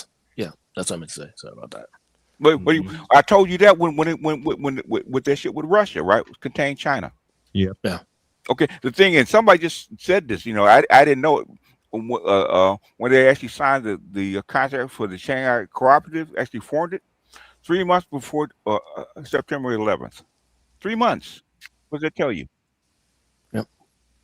And it's not a coincidence. And I just want to add, I don't think a lot of people realize the amount of work our infrastructure in this country needs. Yeah. And how much money in a short period of time has been allocated into AI. Yeah. I'm talking to the tune of World War II. Yeah. Money. Probably more than that. More like the Apollo mission. It'll by the end of the year it'll be more. I mean, just think about that. Like, think about that. Doesn't make sense. The thing is, they're trying to compete. Yeah.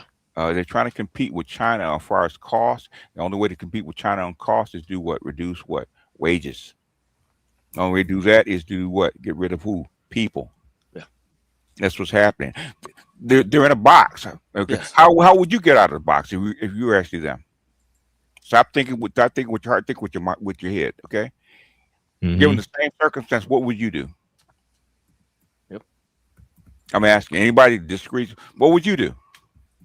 What are your choices? In terms of like from an American government position, or I'd say you need to. Go ahead. I'd say you'd have to. It has to come top down. Like you need policy and legislation to kind of go through this so that you can just move very quickly and get stuff done. But I mean, that's the issue. Can you get everyone aligned to do it? Will they do it? What about, all the NIMBY type people and stuff like that? Can you put it down quick enough? To me, that seems like the biggest issue. The NIMBYs are not at the top. The NIMBYs are at the bottom. Okay, gumming up the works. Yeah. That's what the NIMBYs I guess are. I use them more as, I guess, an example. Like we can't even put like real infrastructure to put like trains and stuff. And then when you do that, then you have all these like business that may lobby against it because they can cut into their money. Like you're going as China. I think they had like this $1 billion like tutoring industry, and they found out that this was causing an issue to the nation. So they just destroyed it because you're not messing our nation up for money. Like how do you go against that? It's because that's an authoritarian country. Correct. It's command. Yep. Oh no, I agree, but that's what I'm saying. Like we think too individualistic. Like that means you have to hit the fucking wall and then make different decisions. Okay, you're gonna hit the wall. The environment will actually change your minds a lot quicker than people will. Yes. Oh yeah, you're right. It's like you have to hit rock bottom, so they just stop with the BS and they'll just do it. Trying to stop Do playing that it, shit, do it or starve. Yeah. Like I recently heard that apparently there was like this might have been a while back, I don't know, but I recently heard that apparently there was some Chinese like dude CEO or owner or whatever, and his company was selling like baby formula, and it ended up killing a whole bunch of kids in China, and they executed the guy. Yeah, they march you out, put a bullet in your head. Yeah, they ain't playing that shit. The China during 2008, 2009, they said all the bankers need to be executed. Yeah. Instead of paid. Okay. Yeah. They called it a capital crime. Yeah. They were pissed that some bankers walked away with money instead of being executed, because in China they've been executed. Yeah. They would have. They would have. Let me step on out of here. Great conversation as always, BGS and gentlemen. And BGS, I got your next ... bastard poster ready, and you're gonna love it. Okay. You're gonna love it, folks. I gave him a picture of Joe Montana. Well, we talked about Joe Montana on one of our Monday shows, and I just heard BGS say, "Yeah, Joe Montana, bastard." And that rolled in my head. AB was hanging with us. We just listed a whole bunch of names. So we're gonna make it a thing on our Monday show. And I think the Sox are off on Monday. Yeah, they're off on Monday. The only time we don't do it at 9 o'clock is if the Sox are off.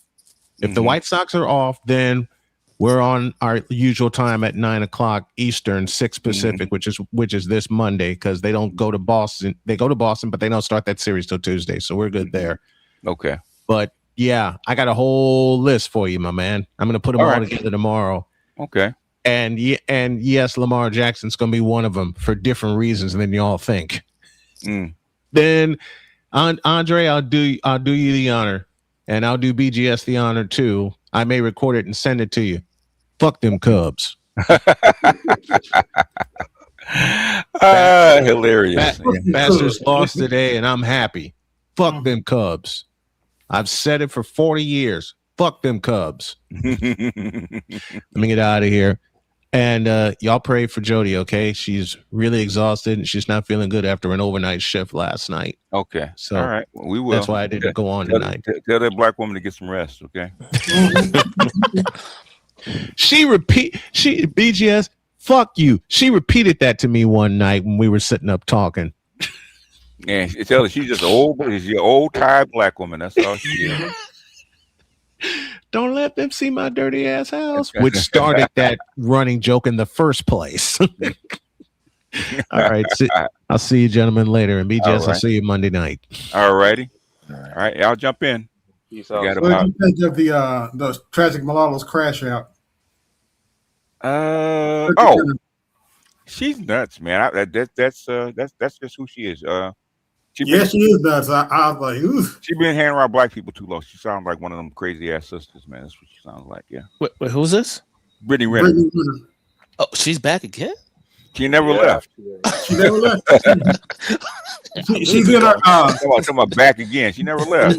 Yeah, she's in a car without makeup, complaining about who was that DJ? Whoever and her baby Academics. Yeah. Academics. Yeah. Yeah. They deserve each other though. Yeah, she was complaining about Myron the other day. Oh. Well, she can't stand Myron. She cannot stand Myron. Well, that's one thing we agree on, but okay. She called Myron a bitch ass nigga. Okay. I hate to say it, that's one thing we agree on, but okay. Let me play this real quick about the boomers and what they did to the boomers. Okay, with feminism. Women to be as powerful as possible, because you know what happens when women are powerful? Nothing. If women protest, if 100,000 women march through this town right now and protest, it's inconvenient. If 100,000 men march through this town, everything burns and the entire government changes. Men can fight. Men are armies. Women don't matter. They don't give a shit if women protest. They don't give a fuck. So you want women at the top of the pyramid. You want women as powerful as possible so that women are in charge of society, so that you can just stay at the top of your castle stealing and raping and pillaging from everybody, just stealing all the money destroying society, importing whoever, breaking all the laws, and what's going to happen? A bunch of women are going to nag. Give a fuck. When men get together, it's not called a protest. It's called a revolution. Yep. Women don't do revolutions. That's what Quigley said. Okay, Quigley said that. In fact, I think I'm gonna start teaching some Quigley on my Quigley lessons on my Patreon. I don't know if you should start with Tragedy of Hope or Civilizations. But Quigley said exactly what he's saying. Okay, arms bearing versus childbearing. I mean, I'm not a fan of Andrew Tate because he's obviously like he's like a fresh and fit. Who gives a shit what you're a fan of? Is he right? Yeah.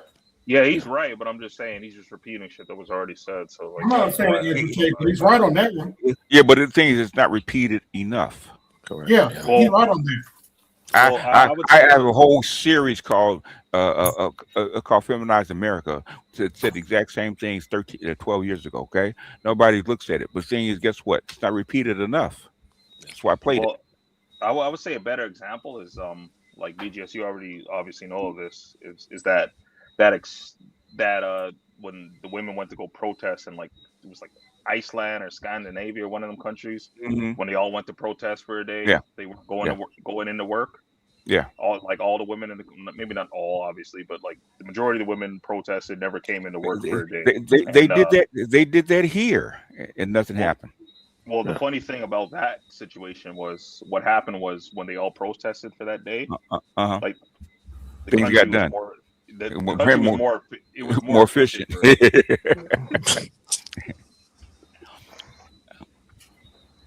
Okay, Tate might be a clown, but is he right? Y'all becoming too. Y'all acting like women. It doesn't matter whether he's a clown, whether you disagree with him, whether you hate him or love him. Is he right? Yeah, household name.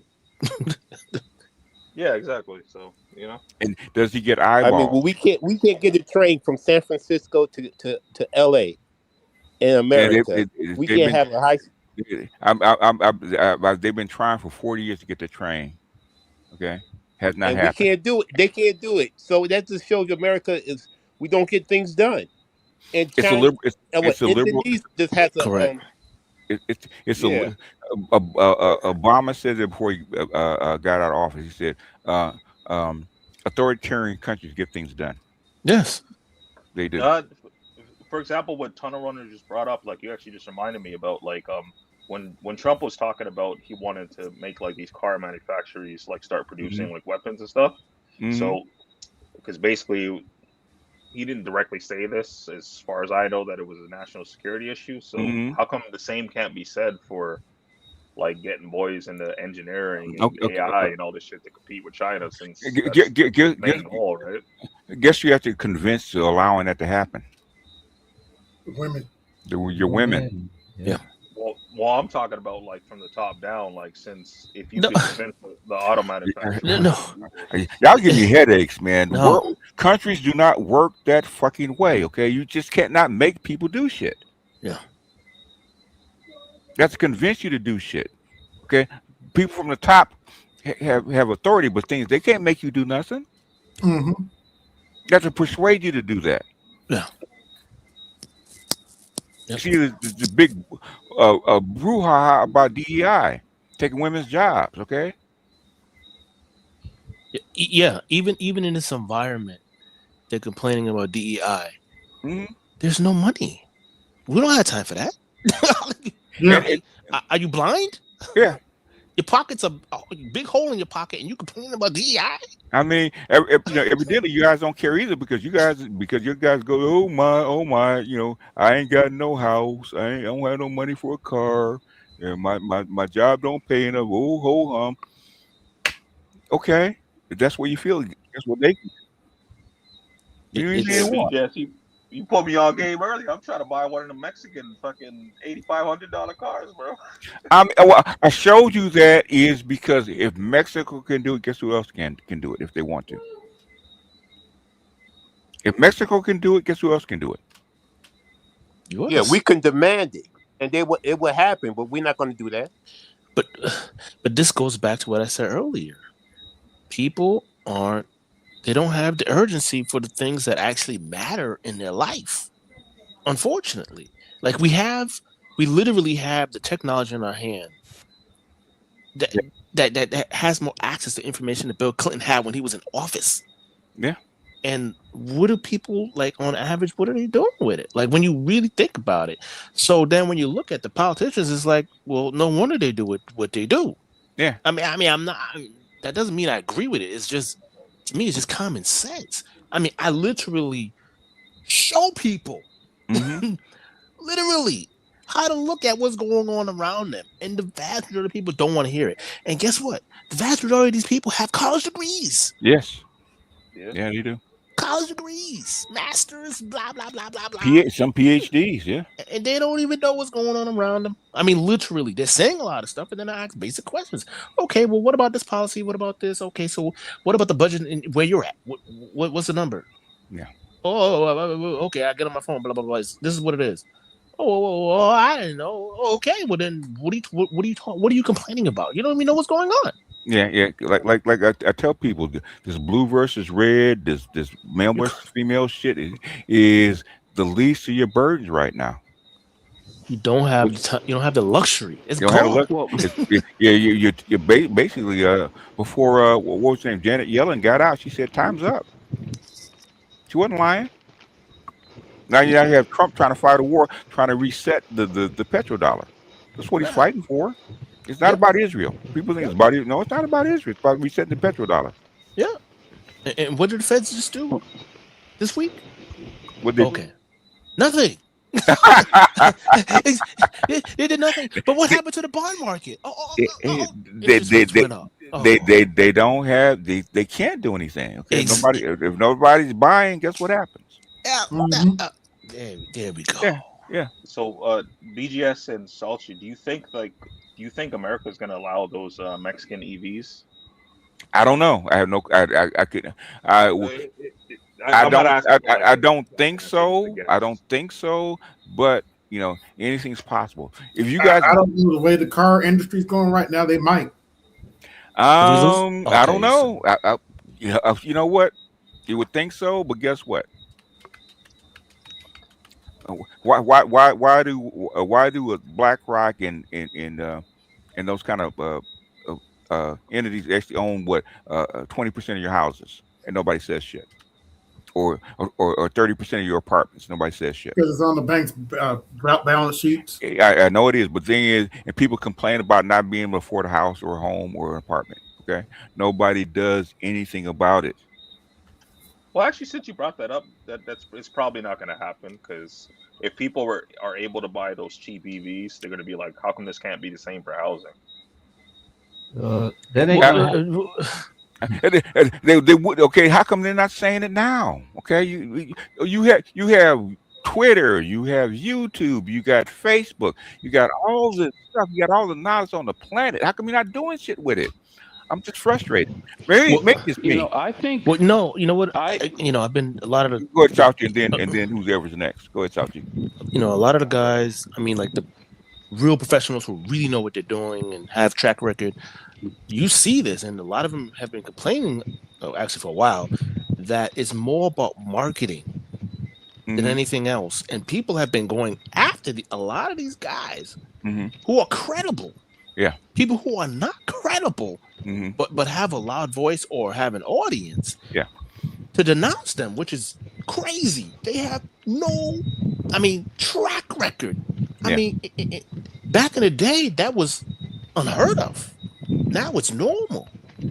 So if they come out here and say, "Look, you're getting screwed. Look, this is how you're getting screwed. Look, these are some solutions." Guess what happens?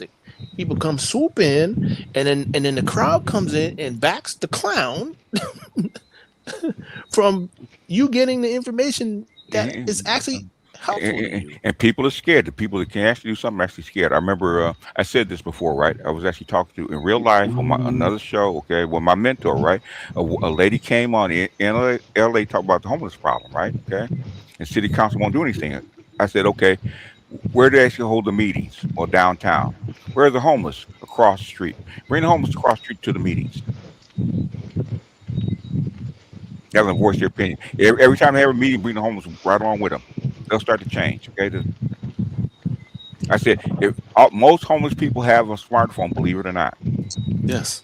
Record, just do one video a week, one video a month, and put it up on Twitter or TikTok. You start to embarrass the embarrass the politicians. Yeah. Yo, sorry, I forgot the younger brother wanted. Somebody else wanted to get in. Go ahead. Yeah. My thought was, I think it's also because a lot of people maybe just sedated with Did we how lose him? things are. Yes. Can you hear me? Yes. So like the reason I say that is like social media, all this stuff, people can make a post, feel heard, and it gives them the illusion like they did something, and they just walk away from it. Because I remember when we're in COVID, the stuff that happened with George Floyd, right? And I believe you're the one that said there was a lot of, I think it was you.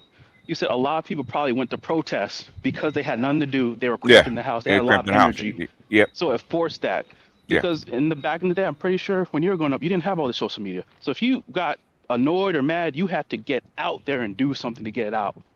Actually do something. I think that's part of it. In other words, okay, when I was coming up to get a movement, it took 10 years. Okay. Unless when he was coming up, they only had burning bushes for communication. They did, and clay tablets. You beat me to it, Charles. Although burning bushes actually travel fast. Okay, that's the quick way. But the thing is that with social media, ADOS was a new thing, right? It took them less than 2 years to actually have this huge movement. Less than 2 years. The power is there. The things, what do you put in front of people? People are too afraid. I'm gonna get singled out. If I actually poke my head up, I'm gonna get singled out. What happens when if every homeless person that has a phone put their stuff out there? Okay, what's gonna happen over time? It's gonna trend. You're gonna garner sympathy. You're gonna garner respectability. You're gonna garner attention. You're gonna embarrass the mayor and city council. You're gonna be like, okay, what is the money? You're gonna make people open up books that have dust and cobwebs on them. Yeah. How do you think? Why? Oh, why? Oh, why? What's 3 things that I've said for over 13 years in this space? What? What's 13? What's one of them? Nah, go ahead, man. Repeat it. One. The number one thing I said: join the military, the fire, and the police. Number 2,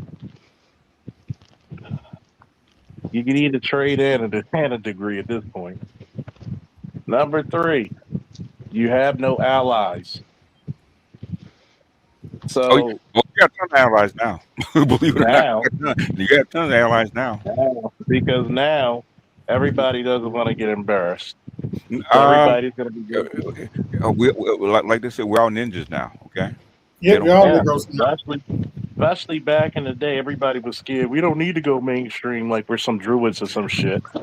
I remember that. Yeah. And the funniest thing that helped you the most was going what? Mainstream. Yeah. When you go mainstream and they're like, okay, they're trying to counteract you with some bullshit like male loneliness. I'm so lonely. It's almost impossible for men to get lonely. As a matter of fact, let's juxtapose that. Women by themselves go crazy. They're crazy, especially without men. Women who don't have men, you notice they don't do too well health wise, mental wise, emotional. Okay. Who holds the society up, men or women? Men. What if men stop doing what they have been doing? Everybody's fucked. Everybody's fucked. So women are part of it, but the thing is, that's not the reason they actually want to focus on male loneliness. It has nothing to do with it. Okay. It's because they want to try to sucker you back in. They want to keep you on the hamster wheel. That's what it is. Yeah. I wanted to add a little bit of pushback to what Cal was saying earlier. Go give it a pushback. Go ahead. Like I said, when people are saying people are sedated, that's not true. Yes, they When are. people are saying that, okay, like I said, Go ahead. it's my Go ahead. perspective. What I'm actually saying when I'm actually talking to guys, like I'm literally having conversation with guys, right? Mm-hmm. It's just the image, but what I'm seeing on the ground level, those people I'm talking to, is simply this: like, if we go out and do anything, right, Mm-hmm. and we get spirited away, bro, that's just gonna be the end of me, right? Or that's gonna be the end of whatever guy, right? It's called fear. Okay. Yeah, right. Yeah, see what I'm saying, right? Okay. And basically, and the fear comes from like, all right, cool. Like, back in the day, let's say, all right, let's say if I was go, let's say balls to the wall or whatever, right? And impress for something, right? If something happened to me, yeah, I know for a fact, either one back in the day, somebody was gonna look after my kids, they're gonna look after, my family, whatever, right? Like now today, as society is quote unquote structured. Like if I go out there and let's say do something right, I know for a fact them same people that's actually maybe even on this panel, and I'm gonna repeat this, even on this panel will be the first people chastising you and saying, "Hey, bro, lock that Negro up," or what won't do was the due diligence. Okay. You're trying to use 1960s logic in the 21st century. Does it work? Does it work the same way? Is it like women? So you can't be spirited away in 2000 and what I'm saying is, okay, for you to go out and protest, okay, to bring awareness. That's what protest is about, right? Bringing awareness. You have to do that in 2020, 2026. Do I have to do that? Yes. Yes. Yeah, but you can also you can do some stuff online, but you can also, I think the best thing would be to be in person. No, the quickest way to get things done is not in person, right? Yeah, of course not. It probably would be an online. How many people can you reach in person if you actually go out on the street corner and with a protest? Probably maybe a couple million. I'm guessing, maybe a couple. No, thousand. yeah, not even that much. Okay, a couple thousand at best. Okay, if you go out in the street and protest, you can get enough people, unless you're burning down stuff. That's different. Okay, but the thing is, how many people can you affect if you go online? Probably maybe a couple 100,000, maybe a million, depends. A million, a million people all on the same accord. You're gonna get shit done, right? And a million people from where? They could be anywhere in the world. So how's it be anywhere in the world? You're literally looking at the online presence. Do you actually go out and march for the manosphere? Protest for the manosphere? No, people do not do that. No. How did it spread? How did it? I mean, it spread through word of mouth, basically. Yeah. It spread online where people can actually see the evidence, right? Okay. Taking it to the streets. I found the space through word of mouth. Look at what's going on with the Iran and the Ukraine wars and the opposition to it, right? Where are they? Are they actually in the streets? No, where are they? They're online. Why? Because it works. Yeah. Okay. I'm not saying that you can't do both. Okay, you can if you want to, but what I'm saying is use the tools that you have that's going to be most effective. And Think guess what? Smarter, not harder. You don't. There's not a big. The thing is, if you're at the head of the snake, okay, like Tate, okay, why do you want to take Tate out? I mean, that's what that's how we well, personally, right? Because I'm talking to guys. I'm actually the conversation that y'all had right here about the BlackRock situation and other guys. I'm talking to other guys, right? About my job, about the same thing. And like one of the other guys was like, "Yeah, I know BlackRock is buying all these houses, right?" And we just had a sat down and had a conversation about it, right? And I was like, "Man, we definitely need to do something about it." And he said, and this is what he looked at me. It was Mexican cat. He came and looked me straight in my face. He was like, "I'm not gonna die for this." Okay, well then, exactly. That's why then Bob bend the knee and accept it. The craziest part about say for a minute that somebody got to take an L for shit to change. The craziest part about revolution that niggas never realized, you can't go back to the same old shit. All right, you think that when motherfuckers left the King of England, the economy was great? Fuck no.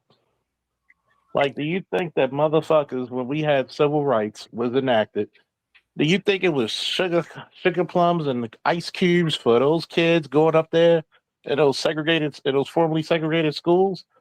Fuck no. And this is the reason why I said, I'm gonna use this analogy. When I'm talking to studs, they always tell me they got the best of both worlds, the guy and the girl. Okay. And I laugh in their face. I said, "What studs you talking to?" Many. Yeah, a lot, too many probably. It's like when I hear this shit, they always reference they got the best of both worlds. I said I laugh at them. They like, why are you laughing? I said, you're still a woman at the end of the day. Mm-hmm. You take off the fucking clothes, you act feminine, some simp is going to take care of you. Mm-hmm. I don't have that choice. I got to thug it out. I got to soldier it on. Okay? Nobody's taking care of me. So that's the difference between actual revolutionary thought. Yeah. A lot of people just want to suffer just a little bit less instead of actually gaining total freedom. And you're really not going to get too much because guess what? Your American is going to show. Okay? Your American nature. And who wants to tear down the house that they have to live in? Nobody. Nobody. Only a sociopath. And you have a few of them, but nobody in totality. What I'm saying is use the tools that are most effective. Okay. In the 1950s and 60s, marching and protesting, that kind of stuff actually worked. Okay. Because you didn't have other tools. That's what you have now. Other tools. Use the tools. Yeah, you have one too. So BGS, in recent times, you had that one soldier, that veteran that was protesting at whatever political thing he was at. The one that got his arm broken. Right? Okay. Like he was there doing that. Like he actually got injured. Like saying that he didn't want to fight for Israel. And okay. Before that, like you had that other soldier that set himself on fire. Yeah. Yeah, I don't remember what he was protesting at the time. It was one of these wars. America has a whole bunch of wars going on. And then the thing is, setting yourself on fire is fine, but the thing is, it only works if it's done when there's enough momentum. When it's a mass casualty. In other words, the timing has to be right. Timing matters more than what you do. Go ahead. Well, I'm obviously not encouraging anybody to do any of this kind of shit. I'm just saying that, when I was saying that, like, you had a poor ass fruit salesman that caused the color revolution across the Arab world. I'm gonna put it because he set himself on fire in front of the government building and set the whole region aflame because it was time. It's called timing. Go ahead. I'm gonna tell you this one thing about people like that. Unless they're in dire strengths, which those soldiers were not, they had mental issues. So let me just point this out. Most people in the military don't even go get deployed. I want you to think about that. Then you sign a contract that says, in case you do have to go to a conflict deployment or some other country, God knows where, that's part of your fucking duty. It's your job. That's what you signed up for. And you get mad. See, this is the part where niggas make me sick, and I don't give a fuck who has to take this in offense. Motherfuckers get upset when it's time for you to get called up for your duty. Yeah. When it's like, okay, you need to man up. Well, these bitches. Well, guess what? Fuck these bitches. What up? Take the bitches out the equation because guess what? Bitch ain't looking out for you. She looking out for her best interest. Okay, you got that settled. What are you gonna do to man up?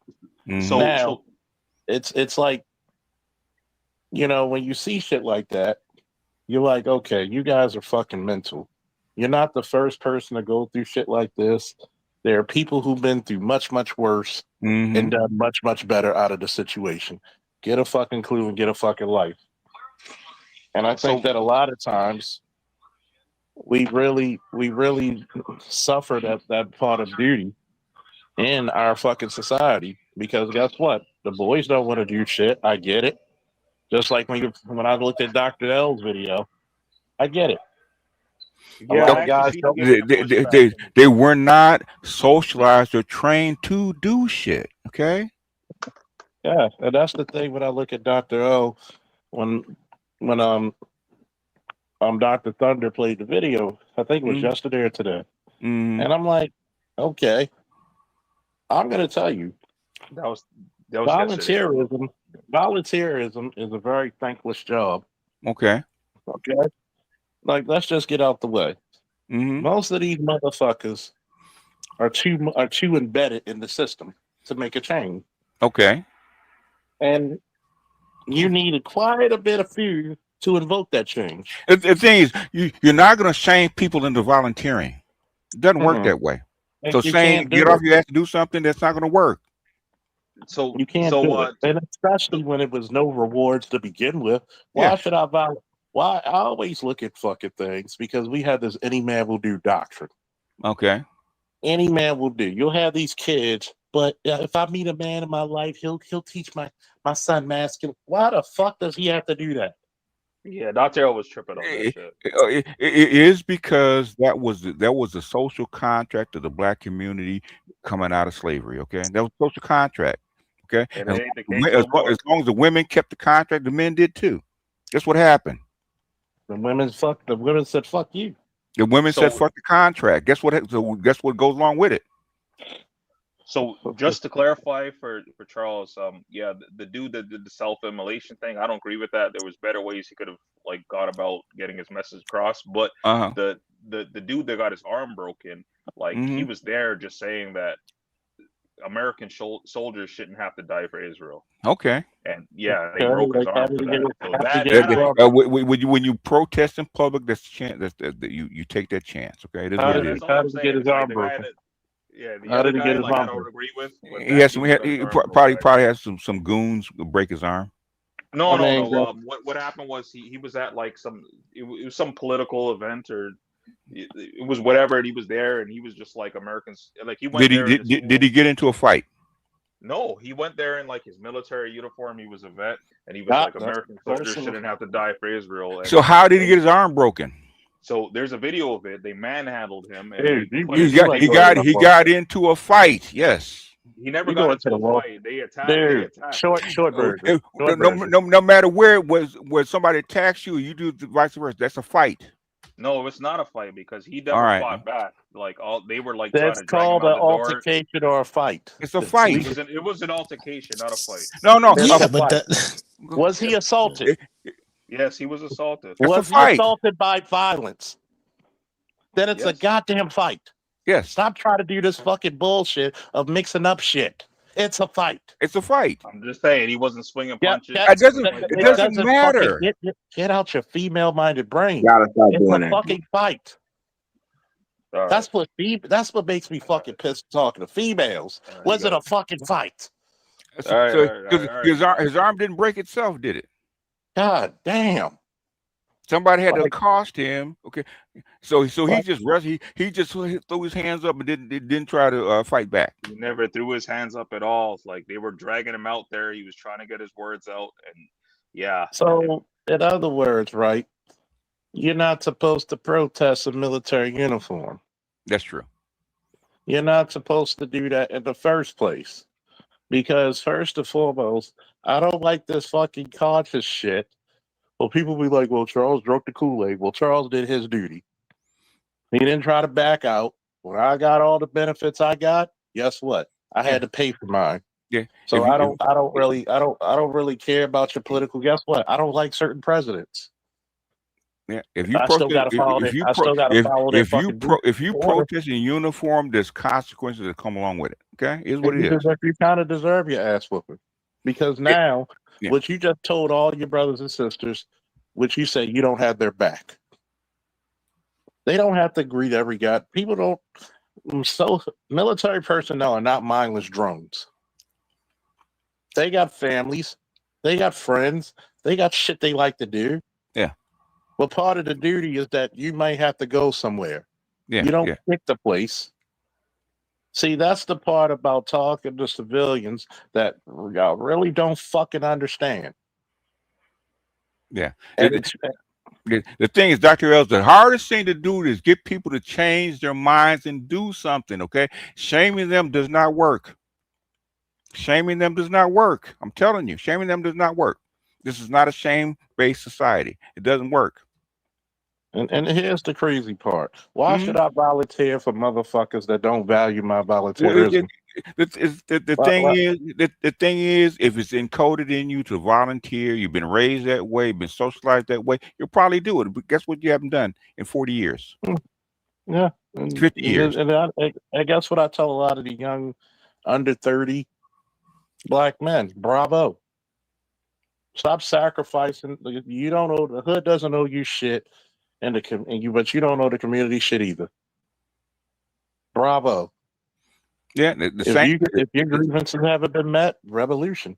The same women that are asking you to come in and volunteer and help the community, the same women that are actually killing your programs, okay, when they get behind the closed doors. Mm-hmm. Yeah, the same ones that's driving a knife further down your back. The same ones, the same women they're telling you to come in and clean up the community, the same ones putting you on fucking child support so you can actually sleep in your car. Exactly. You got to. I mean, I don't know if y'all the same ones that telling you need to come in and fight the white man and putting the white man on you. Mm-hmm. Let's tell it even deeper, BGS. The same one that says raise our boys are having those boys by any man who's going to jail. Okay, think about it. Okay, they're having boys. Women have babies for all kind of reasons. But the thing is, women have kids by the dick that they like, but they want to admit. But so they'll lie on the man. I didn't know he was bad. Bullshit. Yes, you did. That's why you picked him. Because you like him. You like that type of nigga. Instead of taking responsibility for it. Because if I have a baby by a hoe, okay, that's my fault. She had good pussy, didn't she? Ass digger. I ran into plenty of hoes, but I ain't never gotten pregnant though. So. That's the old Negro spiritual saying, yo, where the hoes at? Because fuck Kamala Harris, okay? Fuck Kamala Harris. She's from California. Fuck her. You don't know about Kamala Harris's get down in California. You know what? Whoever the fuck lady is, that gotta be a joke. Because most of you motherfuckers don't even have the audacity to show your real fucking face. So I'm gonna say this to you. Fuck you. Fuck your head. Fuck your weeby ass, Milky Way weeby hair. Fuck you. Think you're entitled. Fuck the fact that you coming up with somebody else fucking program to say what you want to fucking say. Fuck Kamala Harris, because Kamala Harris really did fuck a lot. A lot. Her own campaign team said she had no shot to win that presidency. Okay. I don't know. I had a better shot. Her own campaign team said the exact same thing. Okay. Obama tried to tell them that she's got no shot. They ran her anyway. When the king of the black people, former President Obama, said this chick don't got the juice, y'all still went with it anyway, huh? Yeah. So fuck Kamala Harris. And Willie Brown, amongst others, okay? Amongst others. She might have been banging Soros's son. We don't know. Matter of fact, let's just tell the truth.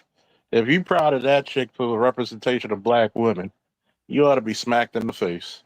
I mean, we just lost Lady Graham, so big deal. All kind of shit goes on. Graham? Yeah, Ladybug Graham. Yes. Well, I do declare. I'm sure he said that a few times. He does look like he does sound like a Southern dandy, doesn't he? As soon as he died, all that stuff started pouring out. Okay. They couldn't do why he's alive because he had too much power. As soon as he died, guess what? All this stuff they actually calling him Lady Graham. Oh yeah, you know what he used to say in his private parties. Yeah. Where the black men at? He has an interesting background. Let's put it that way. But the thing is, I don't mind people talking about politics, but if you're going to do it, at least when you come over here, at least do some kind of research, okay? Motherfuckers want to back a loser. Why? Yeah, because when the ministry was new, you had to grow it. You had to get it on its feet. I said I held my tongue. I don't have to do that no more. fuck Kamala Harris. Hey, Charles. I'm not sure if you've seen BGS's stream on Lindsey Graham. Yeah, there was a dude talking about his theory. The reason why he died was because you already know he visited Ukraine and he seen them Ukrainian soldiers, and it was too much for his heart to take. Nobody knows whether he was died in natural causes or killed. Nobody knows. You probably won't know for another 50 years. So here's what it is. Especially doing all the back deal, dumbass warmongering shit they're planning. You're probably glad you don't know. Yeah. Anyway. Okay, we're 2 hours in. All right, good people. Got about 15 more minutes and we're gonna get out of here. I was almost shocked to see you come on this late. I was like, oh Lordy. Yeah, man, because I was taking a nap, man. So let me go ahead and open up and make it a Coliseum. You gotta go. My wife looked at me today and says, "How come you're not on the computers tonight?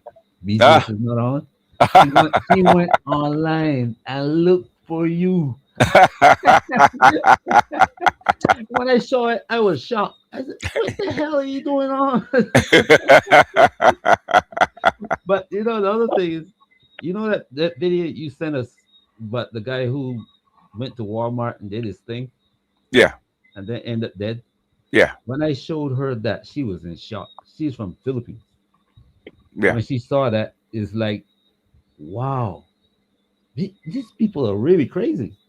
They okay. The thing is, the world is breaking down and people are going nuts, and you got to watch your back, because as these things start to disintegrate, you're going to see a lot more people doing some strange things. And don't let these machines get a hold of tearing down the infrastructure. Okay, even the machines are going crazy right now.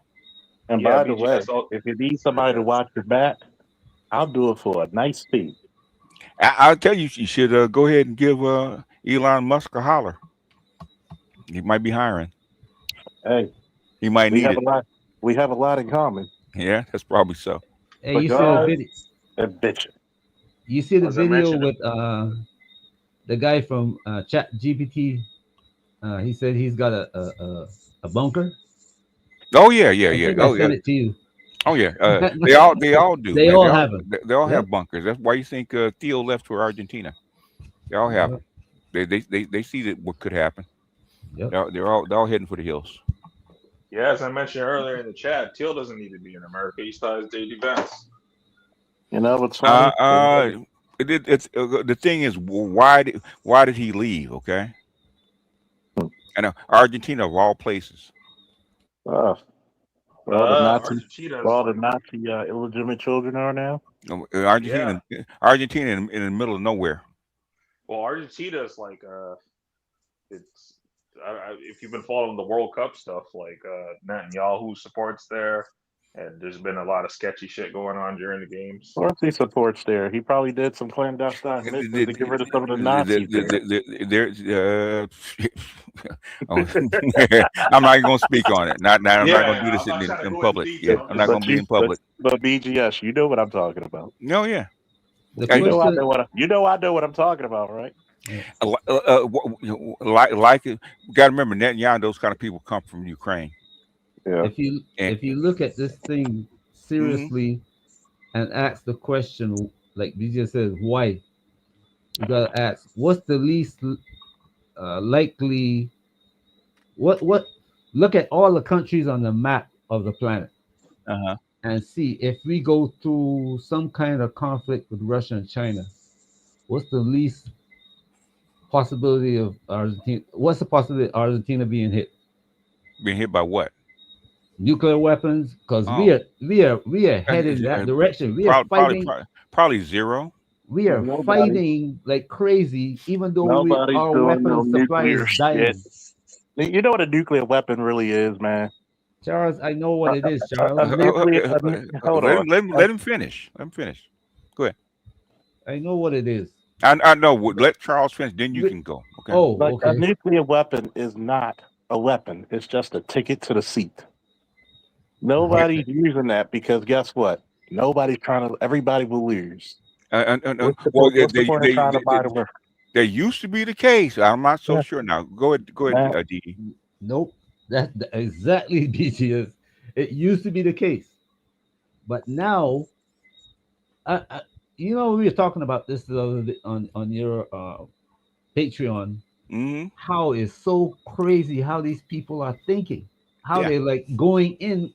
It's like we don't have the money to build the weapons, but we're still using the ones that we got that we say we want to defend ourselves with in case of a war.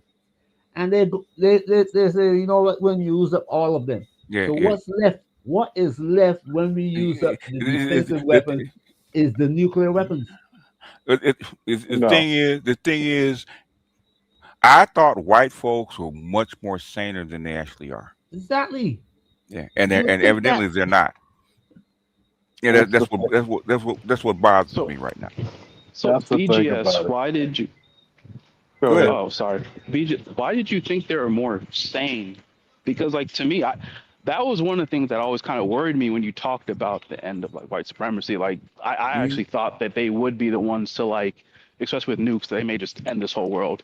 Why do you think they were more sane? What made you think that? I thought it's because you know what a broken arrow is, right? I mean, broken arrow, the physical broken arrow, but like I'm assuming this is like is a nuke, unauthorized nuke. Okay, it's a loose cannon. It's a loose cannon, right? Okay. You had a whole bunch of what called broken arrows that got stopped by the military. Okay? The last one was under the Biden administration when Israel had one of those on F-35. Okay, in 2023. Okay, 2024. Okay. Yeah. The thing is, but saner minds stopped it. The things, what happens when those saner minds don't stop it no more? No, that's what. Right. Then on top of that, you got to think about it. The realists in America are increasingly being sidelined. And they're complaining like hell, and nobody is listening. Why you think 95% of Trump's military cabinet's being sidelined? It's because they don't agree with this shit. Okay, go ahead. Well, so I wonder if it could also play into what you were saying with the feminists getting control of the education system, because a lot of what you talk about that type of thought is being very pragmatic, and like to be like, yo, this is it. What do you mean by that? What do you mean by it? Like when you say like the type of thought to like when you say realist, right? To be that, you have to be very pragmatic to just accept things for what they are, not what you want it to be. To do things by how you want to believe it, would that be more like female in origin versus male? Because you say how the feminization of education. Do you think that plays into it, or like no? That's no. This is somebody's worldview, and sometimes there's some people out there that they would rather burn up the whole table than have you win at all costs. Oh yeah. You got there's a lot of guys, there's a lot of men that believe in winning at all costs. You got to think about it. A lot of y'all not black pill enough. And once you get black pill enough, thank God they're not black pill enough. Thank God they're not. But I'm gonna just tell you, when you see the world through a black pill lens, you can't unsee it. Yeah. And if people wanted to do shit, think about it. We had to put Netanyahu on a leash for a long time. Fucking, when you bring up his name in the dictionary, warmonger comes up with it. Guess who didn't want those planes, the refueling planes in Israel, just a couple of weeks ago? Netanyahu. Guess who told him to go fuck himself?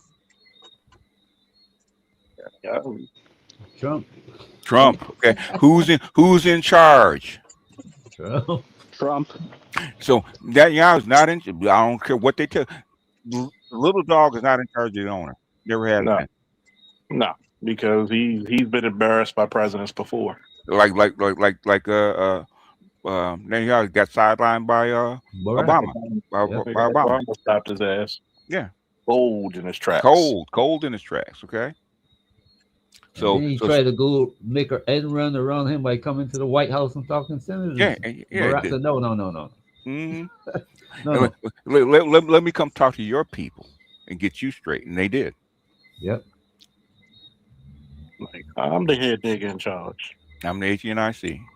But what convinced me that these motherfuckers were actually white supremacists, were actually freaking nuts, and they don't give a shit, is when Germany allowed their pipeline to actually be blown up and didn't say shit. It's going to kill your economy, which it did. It killed your economy. You didn't say nothing. You rather starve to death than bring in Russian oil. Starve to death. The word is they're also buying expensive American oil as well. It's gotten so bad in London that you cannot walk outside with your smartphone without it getting snatched. That's how bad it is. That means that economically it's starting to crater. Yep. People are beginning to say that England is no longer possible to save Britain, not just England, but Britain. Apparently France too, like the UK, like England especially, is like over there. It's like that shit's like being in the pen. Them dudes is walking around with swords. I mean, the thing is, okay, money and comfort and resources keep people sane. What happens when it goes away? And the thing is, they did this intentionally, and they're still doing it. They're still trying to keep the Ukraine war going. Should have been ended like 3 years ago. So yeah, for that brother BGS. Mm-hmm. Go ahead. Yo, BGS, I have a question for you. This is Shaquille Sunflower. Okay. I've been watching your videos for a while. This might be a silly question. Okay. But I watch all these silly chicken wing eating preachers talking about this new world order and blah, blah, blah. Do you really think that there's actually going to be a one world government with a one world currency? If the machines take over, yes. Oh, shit. The AI takes over, yeah, it will be. Okay. It's not possible to stop it right now. It's not possible to stop it right now. If you were a machine, what would you do? Exactly. Right. Now, do you think, I remember listening to one of your videos, you're mentioning that the Antichrist could possibly be an AI creation. I think that's possible. Because if you use AI creation, you could make it do whatever you want. Because you see how they create these people on YouTube, and they look real. Like the Asian guy. Okay. If you Antichrist, how do you control the AI when it wants to do what it wants to do? Right. All these evil people called billionaires. Okay, guess what they're afraid of? A bigger evil motherfucker. Something they can't control. Right. I got you. It can't be bargained with. Can't be reasoned with. No. Right. Yeah. Straight out the term. The T-800, right? Why do you think the Chinese named that robot T-800? That's if I had another child, I would actually name him what is it, Star? What's the Starlight or whatever it's called? Star Killer? No. What's the company that made the Terminators? Skynet. Skynet. Yeah. I would just name my kid Skynet. You might have it already. But finish your question. Yeah.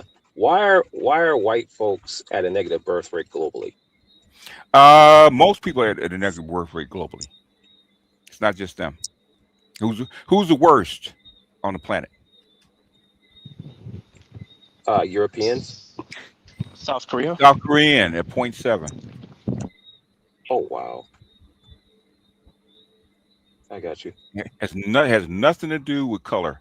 It's everything to do with biology and comfort. Okay, go back and look at the Mount Utopia again. The exact same pattern. Okay. That's why he studied it. In fact, scarcity babies. Scarcity. Scarcity is what your biology actually needs at a certain point. Okay. In fact, I'll actually read from his paper. He actually said the exact same thing about comfort and the spirit dying. That was Calhoun back in 60. What was he when he printed that? 71? Was it 71 or was it 69? I can't remember. I have to go back and look at the paper. The human body needs drives.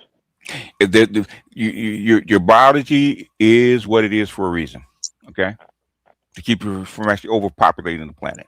Go ahead. Okay, no more questions. That's it. That's all you got. I was waiting for a chance to jump in. Yeah, South Korea. Yeah, they actually have like mandatory military service over there as well. Like I mentioned to you before, there is like a. So does Israel. Yeah, they do. They're authoritarian countries. So does Switzerland. Yeah. Yeah, I think their military has like 2 million soldiers, some shit like that. Yeah. Well. Okay. So. And your point is what? I only brought it up because the dude was talking about South Korea. So I was talking about South Korea as far as birth rate. Well, I was thinking that could be one of the possible reasons. No, it has nothing to do with it. Has zero to do with it. The more you give women comfort, the more they say, I gotta do shit. Women in control of your fertility, not men. Yeah, because there's a dude from South Korea that I actually watched, like in terms of like gaming stuff, and this dude was a millionaire, and even him, like he had to go do his military service for a couple of years. I mean, we used to have during the baby boom, we had a draft. A draft for like 30 years. Like you had a baby explosion. It had nothing to do with it. Right. If y'all were going to move to Mexico, where would y'all go? What cities? Ooh, God, ooh. Oh man. The only place to really go, you had to be northern Mexico, away from the Mexico City, where all the I was thinking about Monterrey. All the crime is. Most of the crime is close to the Mexico City. Stay away from the cartels. If you're gonna do that, go to the coast, the northwest coast of Mexico. The Baja extended, probably. I used to go there all the time. Mm-hmm. You're still gonna get some kind of corruption, but won't be as bad as you go when you go further south. Right, that's true. I have a lot of friends that moved from San Diego all the way to Baja, and they love it. Yeah, well, San Diego is basically Baja North anyway. So. Yes, it is. Yep. Yeah, it is. Yeah. Have any of y'all ever lived in Las Vegas? Live? No. Visit? Yes. Got a ton of people that live there, but no. Live? No. Why? Yeah, I used to live out there. I used to live out there as well. If you find a job, if you can find a job, you're good. Yeah. But the thing with Vegas, I noticed it's a lot of folks from LA. They moved there and they complain about there's nothing to do. Mm-hmm. It is because Vegas is a tourist town and it's very small compared to LA. Have you ever lived in Los Angeles? Oh yeah, I used to live in Inglewood. I've also lived in Long Beach. Oh yeah. So and compared to Las Vegas, compared to LA, Vegas is very dry as far as things to do. Yeah, that's true. And it's a high turnover rate. Everything is centered around the Strip. Yeah, it is. Vegas doesn't exist outside the Strip, for the most part. Other than that, it's actually more like Lancaster outside of the Strip. Yeah, that's true. I got a couple ex-girlfriends that live in Vegas, so I've been through there. That's what it reminds me of. Yep. Henderson especially. Yeah. I have relatives in Henderson. So yeah. So basically, if you want to have fun, you got to go to the Strip, which is fine. Okay, it's got its pluses and minuses, but saying it's not going to be as entertaining or have many things to do as LA. It's just not. Right. I wanted to ask you, what's your beef with Dallas? I know you're born in Dallas. Dallas is a nice city, man. It's real nice now. If you are My beef with it, I don't have a beef with it. The thing is that I have no desire to actually live back in the South again, because there's things that come along with living in the South if you're black. What did I always tell people? Especially in Dallas. If you go traveling down south, what should you be? Armed. Sorry. Had too many altercations. Hey, BGS. Yes, sir. Did you catch like Jeffrey Sachs talking about COVID? I haven't caught it, but what does he say differently that we haven't already said? He was basically saying that it needs to be investigated, especially with like Fauci there pleading the fifth and shit. He's saying it needs to be investigated because to his knowledge that he already knew about it, that this came from a lab, but an American lab. Rand Paul and Kennedy has gone through all of that stuff, man. They already know what it is. They actually want it public. That's all. They already know what happened. But his exactly what happened. His reasoning was talking about, like, so if America was to attack China, like they were trying to vaccinate the bats, so the bats wouldn't. They weren't trying. That's bullshit. That's bullshit. No. That's what he said. That's not what I said. Okay. Basically, COVID is actually designed to actually depopulate Africa. That's what makes more sense to me. That's what it's designed. It's actually there to actually mimic what? Malaria. And guess who got killed by it? They have no resistance to malaria. White people. That's why it didn't work. Guess who got basically unscathed? Africa. So it didn't work. That's how come Bill Gates all of a sudden jumped ship, because shit didn't work. Yep. Wall Street Journal even came out with an article says, why is it that we're dying and the Africans are not? Exactly. It's because Africans have a natural resistance to what? Malaria. Guess what? COVID mimics malaria. How did they not think of that? Like, to me, like, you base off a disease that's already been in a continent, so it'd just be common sense they'd have more of a natural immunity to it. Okay, number one, it was never supposed to get out. It was actually an accident that it got out. If that chick doesn't prick her finger and go and decide to go to lunch, it doesn't get out. But she didn't want to go through the lockdown protocol. So patient 0 didn't want you, because you want to go to lunch. I prick my fingers all the time with these samples. No big deal. She took her happy ass out and went to lunch. Oh my God. Mm-hmm. Yeah. And didn't tell nobody. And guess what happens? A year later. I would also offer another opinion in there as well. As also was those dumb Africans. Dumb Africans. What? Yeah, like I'm talking about like people in power, like the type of shit that they think same ways with like. No, okay. Well, no. So the way I'm not even going to explain it. I've explained it before. I'm not going to explain it again. It had nothing to do with dumb Africans. It's called demographics. Okay. No, I'm talking about like people in power, like how they think. Like just everybody is like inferior type shit. No, it's not. But it's not about them being inferior. They know how demographics actually work. Okay. And then if they want to stay in power.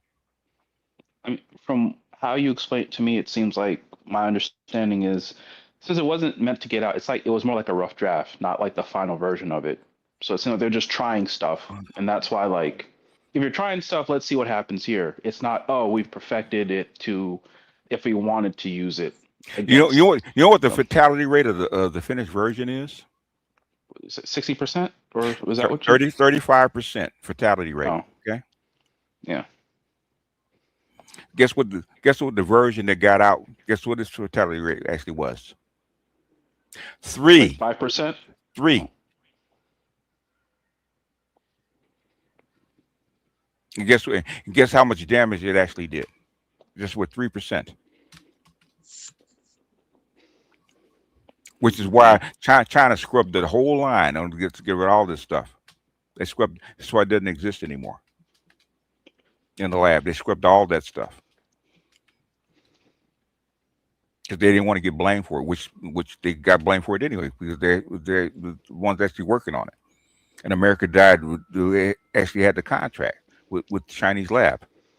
I sent you the video I was referencing in the back chat. I had 4 experts go over this, man, back in 2020. Okay, got a genetic scientist actually reading the genome. So if Jeffrey Sachs can do better than that, please let me know. I'll listen to it. No, I'm not saying he could do better. I prefer your take, to be honest, because it makes more sense. Because if Rand Paul cannot make him Fauci tell the truth, nobody can. Well, Sachs also mentioned that he was like on one of these boards or in a higher position. Who, Fauci? No, Sachs mentioned this. He was like on one of these boards or in a higher position in that video, saying that he was involved in the whole COVID thing. So it makes sense that he's not gonna. Okay. Obama, gain of function is one of Fauci's babies. Okay.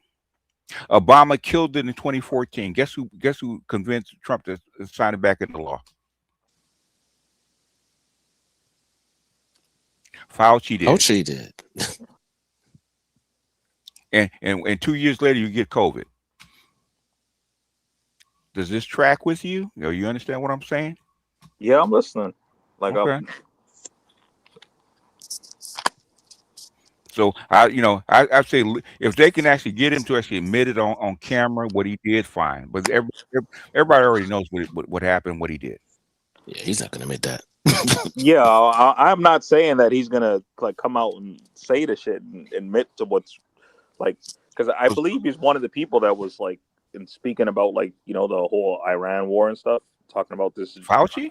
No, Sachs. I believe he's one of the people. Oh yeah, Sachs. Yeah, we've been following Sachs with the Iran war and the Ukraine war for a good 5 years. No, I mean he came out and I believe he's one of the people that came out and said that this isn't just about America fighting for Israel. This is about white people trying to keep their power. No shit. Yes. But I'm just saying, in terms of COVID, since he was involved in the process, he's not going to admit to some shit that might potentially implicate himself. It's common sense, right? Who's talking about Fauci? You're talking about Sachs. Sachs was not involved in that, to my knowledge. No. He was saying something in there. I could be wrong about this. He might have been on the board, but he wasn't involved in this. No. I just mean in terms of having prior knowledge. So he might have not, but he wasn't involved. He had knowledge of it, he wasn't involved in it. Yeah, that's not his lane. Sachs was trying to prevent the first Iraq war because he knew what was going on, and he tried to prevent them from actually busting up Russia. Okay. If he had done that, then there would be no China rescuing Russia. You wouldn't have half of this stuff that's going on right now. But they didn't listen to him. Mm-hmm. But Sachs had nothing to do with COVID. COVID.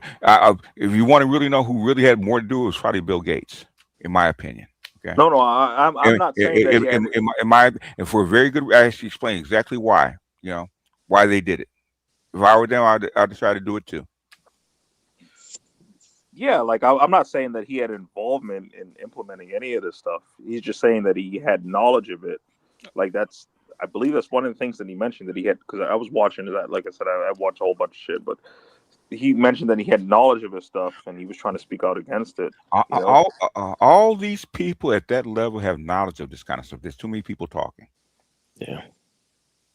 The same thing with Ritter, same thing with Mearsheimer, same thing with McGregor, same thing with Wilkerson. Okay, they all have contacts inside. Okay, they have knowledge of this stuff. Some things they can say, some things they can't. I just have to be very good at guessing what these people will do. Because if I had contacts, I wouldn't be here talking to you. They got rid of me a long time ago. Yeah, just like Salchi. He was ghost for a minute, but he knocked him off. Don't tell me what you know. Okay. No. I'm not asking for I tell Salchi that don't. I don't want to know. Salchi will tell you I don't want to know. Yeah, man. I'm just saying the oil prices have been going crazy, so Salchi been enjoying this. The oil prices are been papered over for the most part. Okay, and like I said, the reason it hasn't gone up as much is because there's stealing oil from Venezuela right now. What's going on right now? I mean, Venezuela is pumping like 6 or 7 times the amount of oil than before Maduro. That's what's actually stabilizing oil prices, right? Especially for diesel and jet fuel. If it wasn't for them, we'd be in a world of hurt. You have 15 refineries doing Venezuela oil right now. In fact, I got the article from it. I think I sent it to y'all. Yeah. Yes, sir. I'll hit you up later. About to go to my spot. All right. Have a few drinks. Gonna be drinking my liquor, smoking my cigars, and then talking to you with my niggas. Yeah, hey, tell them simp studs, man, to leave you alone. Okay. Yeah. Tell them we all said hi. The studs are the biggest simps, man. Which ones? All of them. All studs are simps. That's true too. I'm like, look, I always tell them. I tell them to leave me alone, but you know. Yeah. Studs come in playing babyface. I'll pay your rent. Oh yeah. I'll buy your clothes. That's why if you buy them a Subway sandwich, they ready to marry you on the spot. Mm-hmm. Charles walking in there like Kingpin talking about leave me alone. Why is Putin coming for Fauci? I don't know. I've never heard that. I haven't heard that either. Anyway, all right, y'all. Closing thoughts. Anybody? Okay. No? Passport bros, stay on course. Escape velocity already. Yep.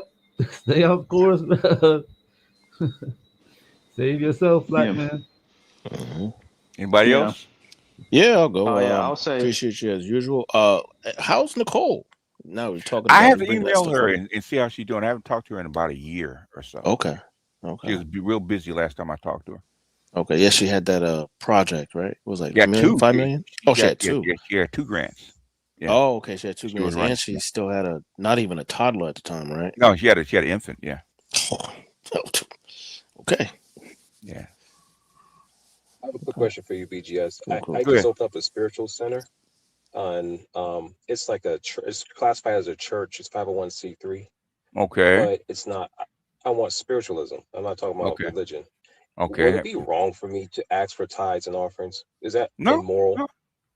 I mean, all spiritual practice ask for donations. No matter Would you where say they are. BGS? No poor righteous teachers. The thing is, you got to sustain yourself. Okay, it doesn't run a hope unless you're a billionaire or something like that. Right. Okay, so if they want service, they got to sustain it. I got you. Yeah. Appreciate it. Yeah. Anybody else? Okay. Yeah. Go ahead. Oh yeah, it's just my last thing. It was kind of what the Passport Bros comment before. So I remember the craziest thing, and it kind of ties into the thing where you were talking about with like the social memes and everything, where it was this AI commercial about this black dude. Basically, wife's cheating on him. He's fat. He's trying to get in shape, and his friend, who was a black dude that lived in Norwegian, that was like some doctor married to a Norwegian white woman, came to like help him out. And it's just like, what got me is the fact that that commercial, they didn't say no Passport Bros anything. It was just was.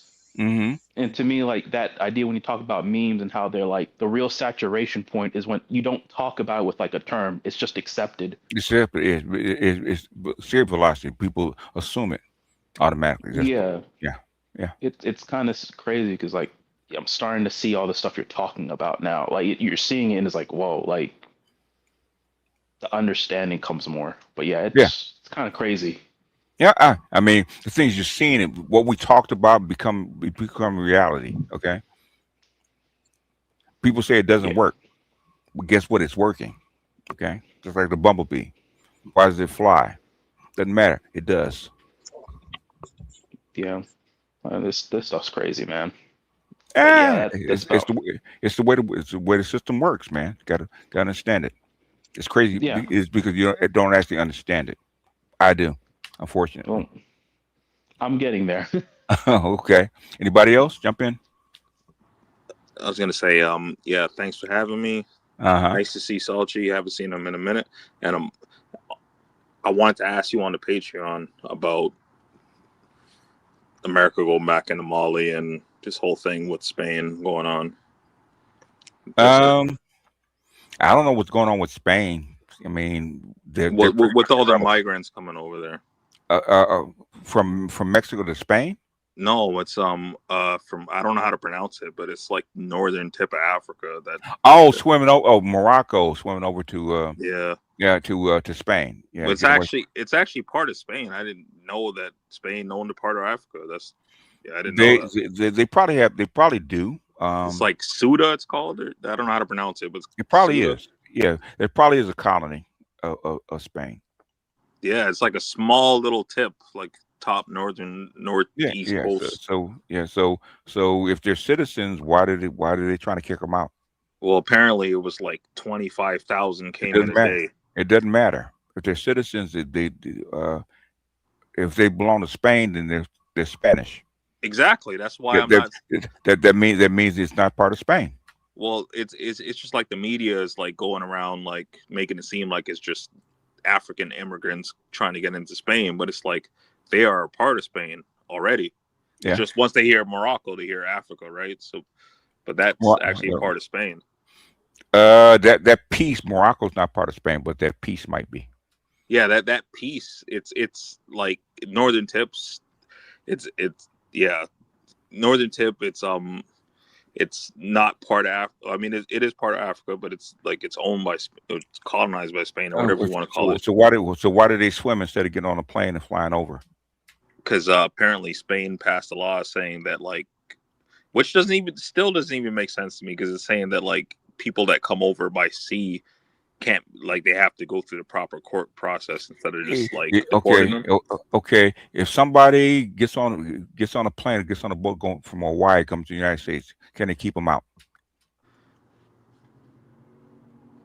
Yeah, like if you've seen that comment in the chat, like you don't have to bring it up, but like that's kind of the thought that's going on about it. Then they're not part of Spain. No, they are a part of Spain. It's just, I guess they don't want to claim them since it's Africa. Even though, like, when I looked at like the people that were crossing the border, like they all look like they belonged in Spain. They're all like light, like, not to say that like light skin ain't black and no shit like that, but it's just if they're Spanish, if they're Spanish citizens, they have paperwork saying so. They're actually part of the EU too as well, so that's why. And like people are making a big deal about it, like here, and I've seen like Americans talking about it too, like talking about all these African immigrants are trying to get into Spain. Okay, either they're part of Spain or they aren't. They are, but people are evidently not. Otherwise, it wouldn't be this big brouhaha. It's one of those. It's complicated things. It's Puerto Ricans don't have to show papers to get into the United States. But they're still talking about Bad Bunny is like he's not American, and what's wrong with these Puerto Ricans? Like I literally just seen something about Bad Bunny today. Now that you spoke about Puerto Ricans, talking about how comedians didn't like speak English. A lot of Puerto Ricans don't see themselves as Americans. That's an issue. Okay, but we're part of America. Bad Bunny speaks English. Okay, he's taught in school how to speak English. No, I'm not saying he can't speak English. They're complaining that he's not speaking English during interviews. Okay, that's his choice. But he's American, just like everybody else. Yeah, I ain't gonna hold you, so I'll ask you another time. But yeah, that's what I want to ask you about in the future. Just like there are people from Guam getting on a plane coming here from Guam. Okay, they're Americans. That part of Morocco is a place where Africans, they go there, and it's not. it's part of Spain from long ago, but from long they ago, don't yeah. they don't let unless you got a Spanish passport or a Shenzhen passport, which is Right. European. Yeah. And what's happening is that people are going there. The people that they're trying to keep the people who were not born there from going into the Shenzhen system. Okay. Because once you get into the Shenzhen system, you say, I'm Spain, I'm Spanish. I'm Spanish, yeah. Now you can get a passport. Yeah. And they're trying to get those people, Africans, out of Europe now. So what started this whole shenanigans is that the Italian Prime Minister, Meloni, she came out and says that if Spain doesn't put an end to it, that Italy is going to block Spain from the Shenzhen system. Okay. Means that Spanish can't travel throughout Europe as they would normally just show your passport at any border and you go. Well, what happens when you run out of money? Well, that's the problem that's going on right now. That's what's going on right now. Yep. That's why they're losing power, right? Yep. Yeah. They're going to break up eventually. Yep. And, you know, money makes the world go around, right? Look at the Portuguese. Right now, Portuguese are doing the reverse. People from what do you call that place now? That the Portuguese own in Africa. Now they're going from Portugal there because Portugal is they exporting people to Luanda. Lady O, I'm going to block you. Okay. All right, man. Thanks for letting me in. Have a great night. All right. Hey, BGS, you still there? Yeah, I'm here. Hey, sir. Sorry, I had my daughter and son-in-law dropped by, so I anyways got busy with that. I want to ask you a question. What? Real quick. Oh, okay. You know what? I don't want to take up your time. No, real quick. You got about 5 minutes. Go ahead. Real quick. Okay, cool. This whole thing that's going on, like with the marriage, as far as the diminishment in marriage and dating. I mean, however true this is. Okay. And obviously because, you know, men are saying, hey, it's not beneficial for us to marry these women. They're not traditional. They just want to give and take, and they overrate themselves and things of that nature. Where do you see that being in 10 years?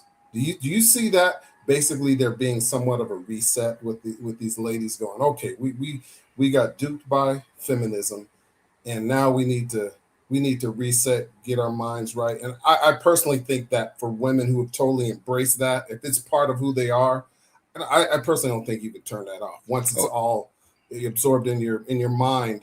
But do you think that we'll return to where marriage will come back and women will become more traditional, feminine? When it becomes gotta remember, marriage is an instrument, right, for something. Okay, economic instrument for the most part, right? Okay. Yes. When women are actually broken and they're actually starving, guess what they will actually do? Get married. But the state has to change the laws. If the state doesn't change the laws, men are not coming back. Right. If the state wants men to get married again, they'll change the laws. If they don't, guess what's going to happen? There's two people actually benefit from marriage, which is women and the state. Men don't need men for the most part. Don't need marriage, for the most part. Yeah. I can see that. Men can buy sex on the street if they just need sex. Okay. Right. Men get married for children and family. Okay. If you can't convince men that they actually need a woman, a wife and family, guess what? It's not going to happen. Yeah. But the thing is, guess who needs a wife and family? And men take care of them. The state does. Yeah.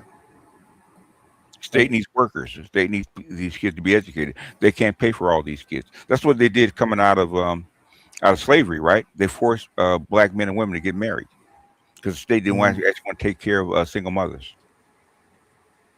Go ahead. What do you think about the conversation of polygamy? Because it's very interesting because we're into this love is love and everybody can marry whoever. And strangely enough, the whole polygamy thing, which fits right into all these themes and mantras, sort of gets overlooked. And do you see there probably be a rise in okay. We say polygamy. Say in polygamy, the top males have four wives. Okay. Mm-hmm. What do you do with the other three guys that don't have wives or women? Are they going to support? Are they going to support the system? Yeah, I don't know. I haven't thought about that. Okay. The blue pill is what society is actually built upon, right? Beta males, what society actually holds up society. It's not the alpha male. Okay.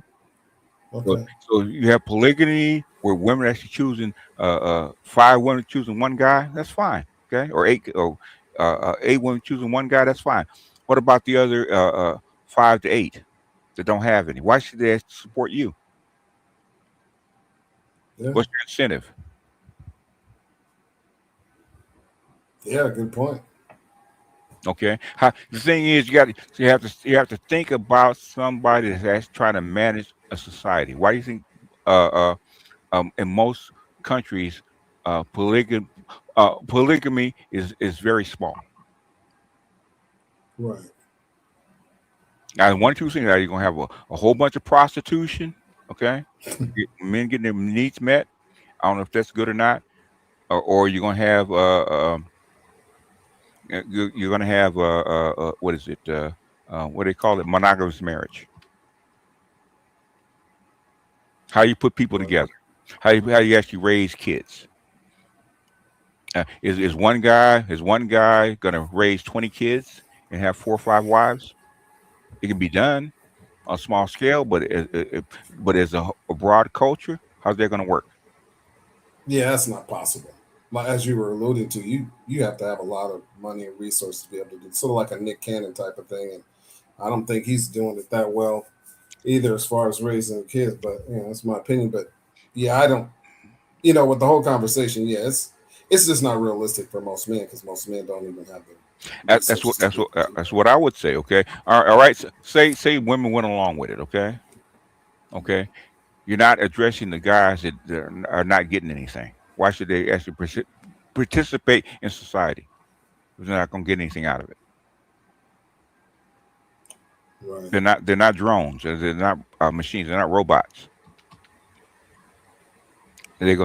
In fact, there's an article talking about the rise of the Gen Z sugar mamas, where they have to take care of the guy because he doesn't want to participate in society anymore. Woo! I just saw the article. Crazy.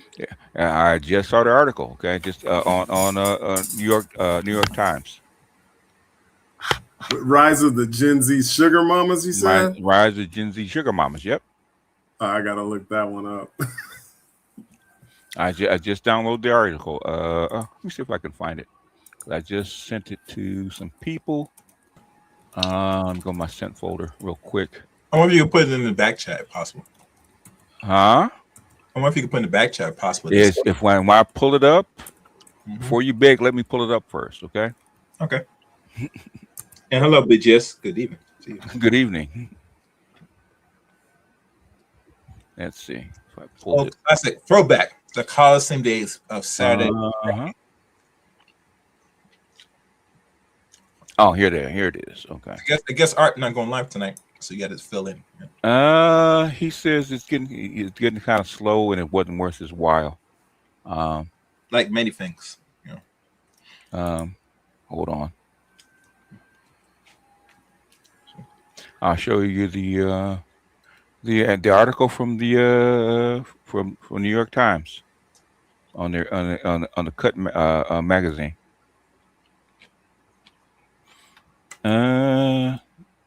Show share screen.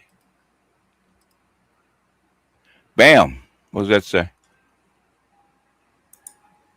It says a lot. Call her mommy. Seems like women are paying. Or you can remove this woman off this called Lady B that's in front. You can lower us down. Yeah. Okay. That's today. Okay. That's the cut. But it's not surprising. I remember one time you told some of your stories of your side stories. So the rise of sugar mother, nothing new. I'm saying what I'm saying is it's already changing. So yeah. If these women gotta pay for the dude, you better pay for this dick, bitch. Well, it is what it is. Okay. I said much times. All right, I put the link in. I put the link into the chat. So I am getting ready to close out, folks. I'll answer your question, Coach. Yes, what do you coach? What do you coach? Oh, I coached basketball for many years as well as other stuff. Yeah, coached my kids. Yeah, that was days gone. But but it was an email that I had opened up for all my players and stuff. So I just how YouTube works. So I was okay, that works. Go ahead and keep it. Huh? Yeah. Okay. Yeah. All right. Okay, I was just curious. All right, good people. I am going to bounce, and I will see you guys later. Cool. But I put the link to the article in the chat if you actually want to look it up. Yeah, I pay for it, but sir. Well, it is what it is. But you asked for it, didn't you? Yeah, that's what. But thank you. Okay. I did. Yeah, thank you. All right. See you Monday. What can I say? Mamba out.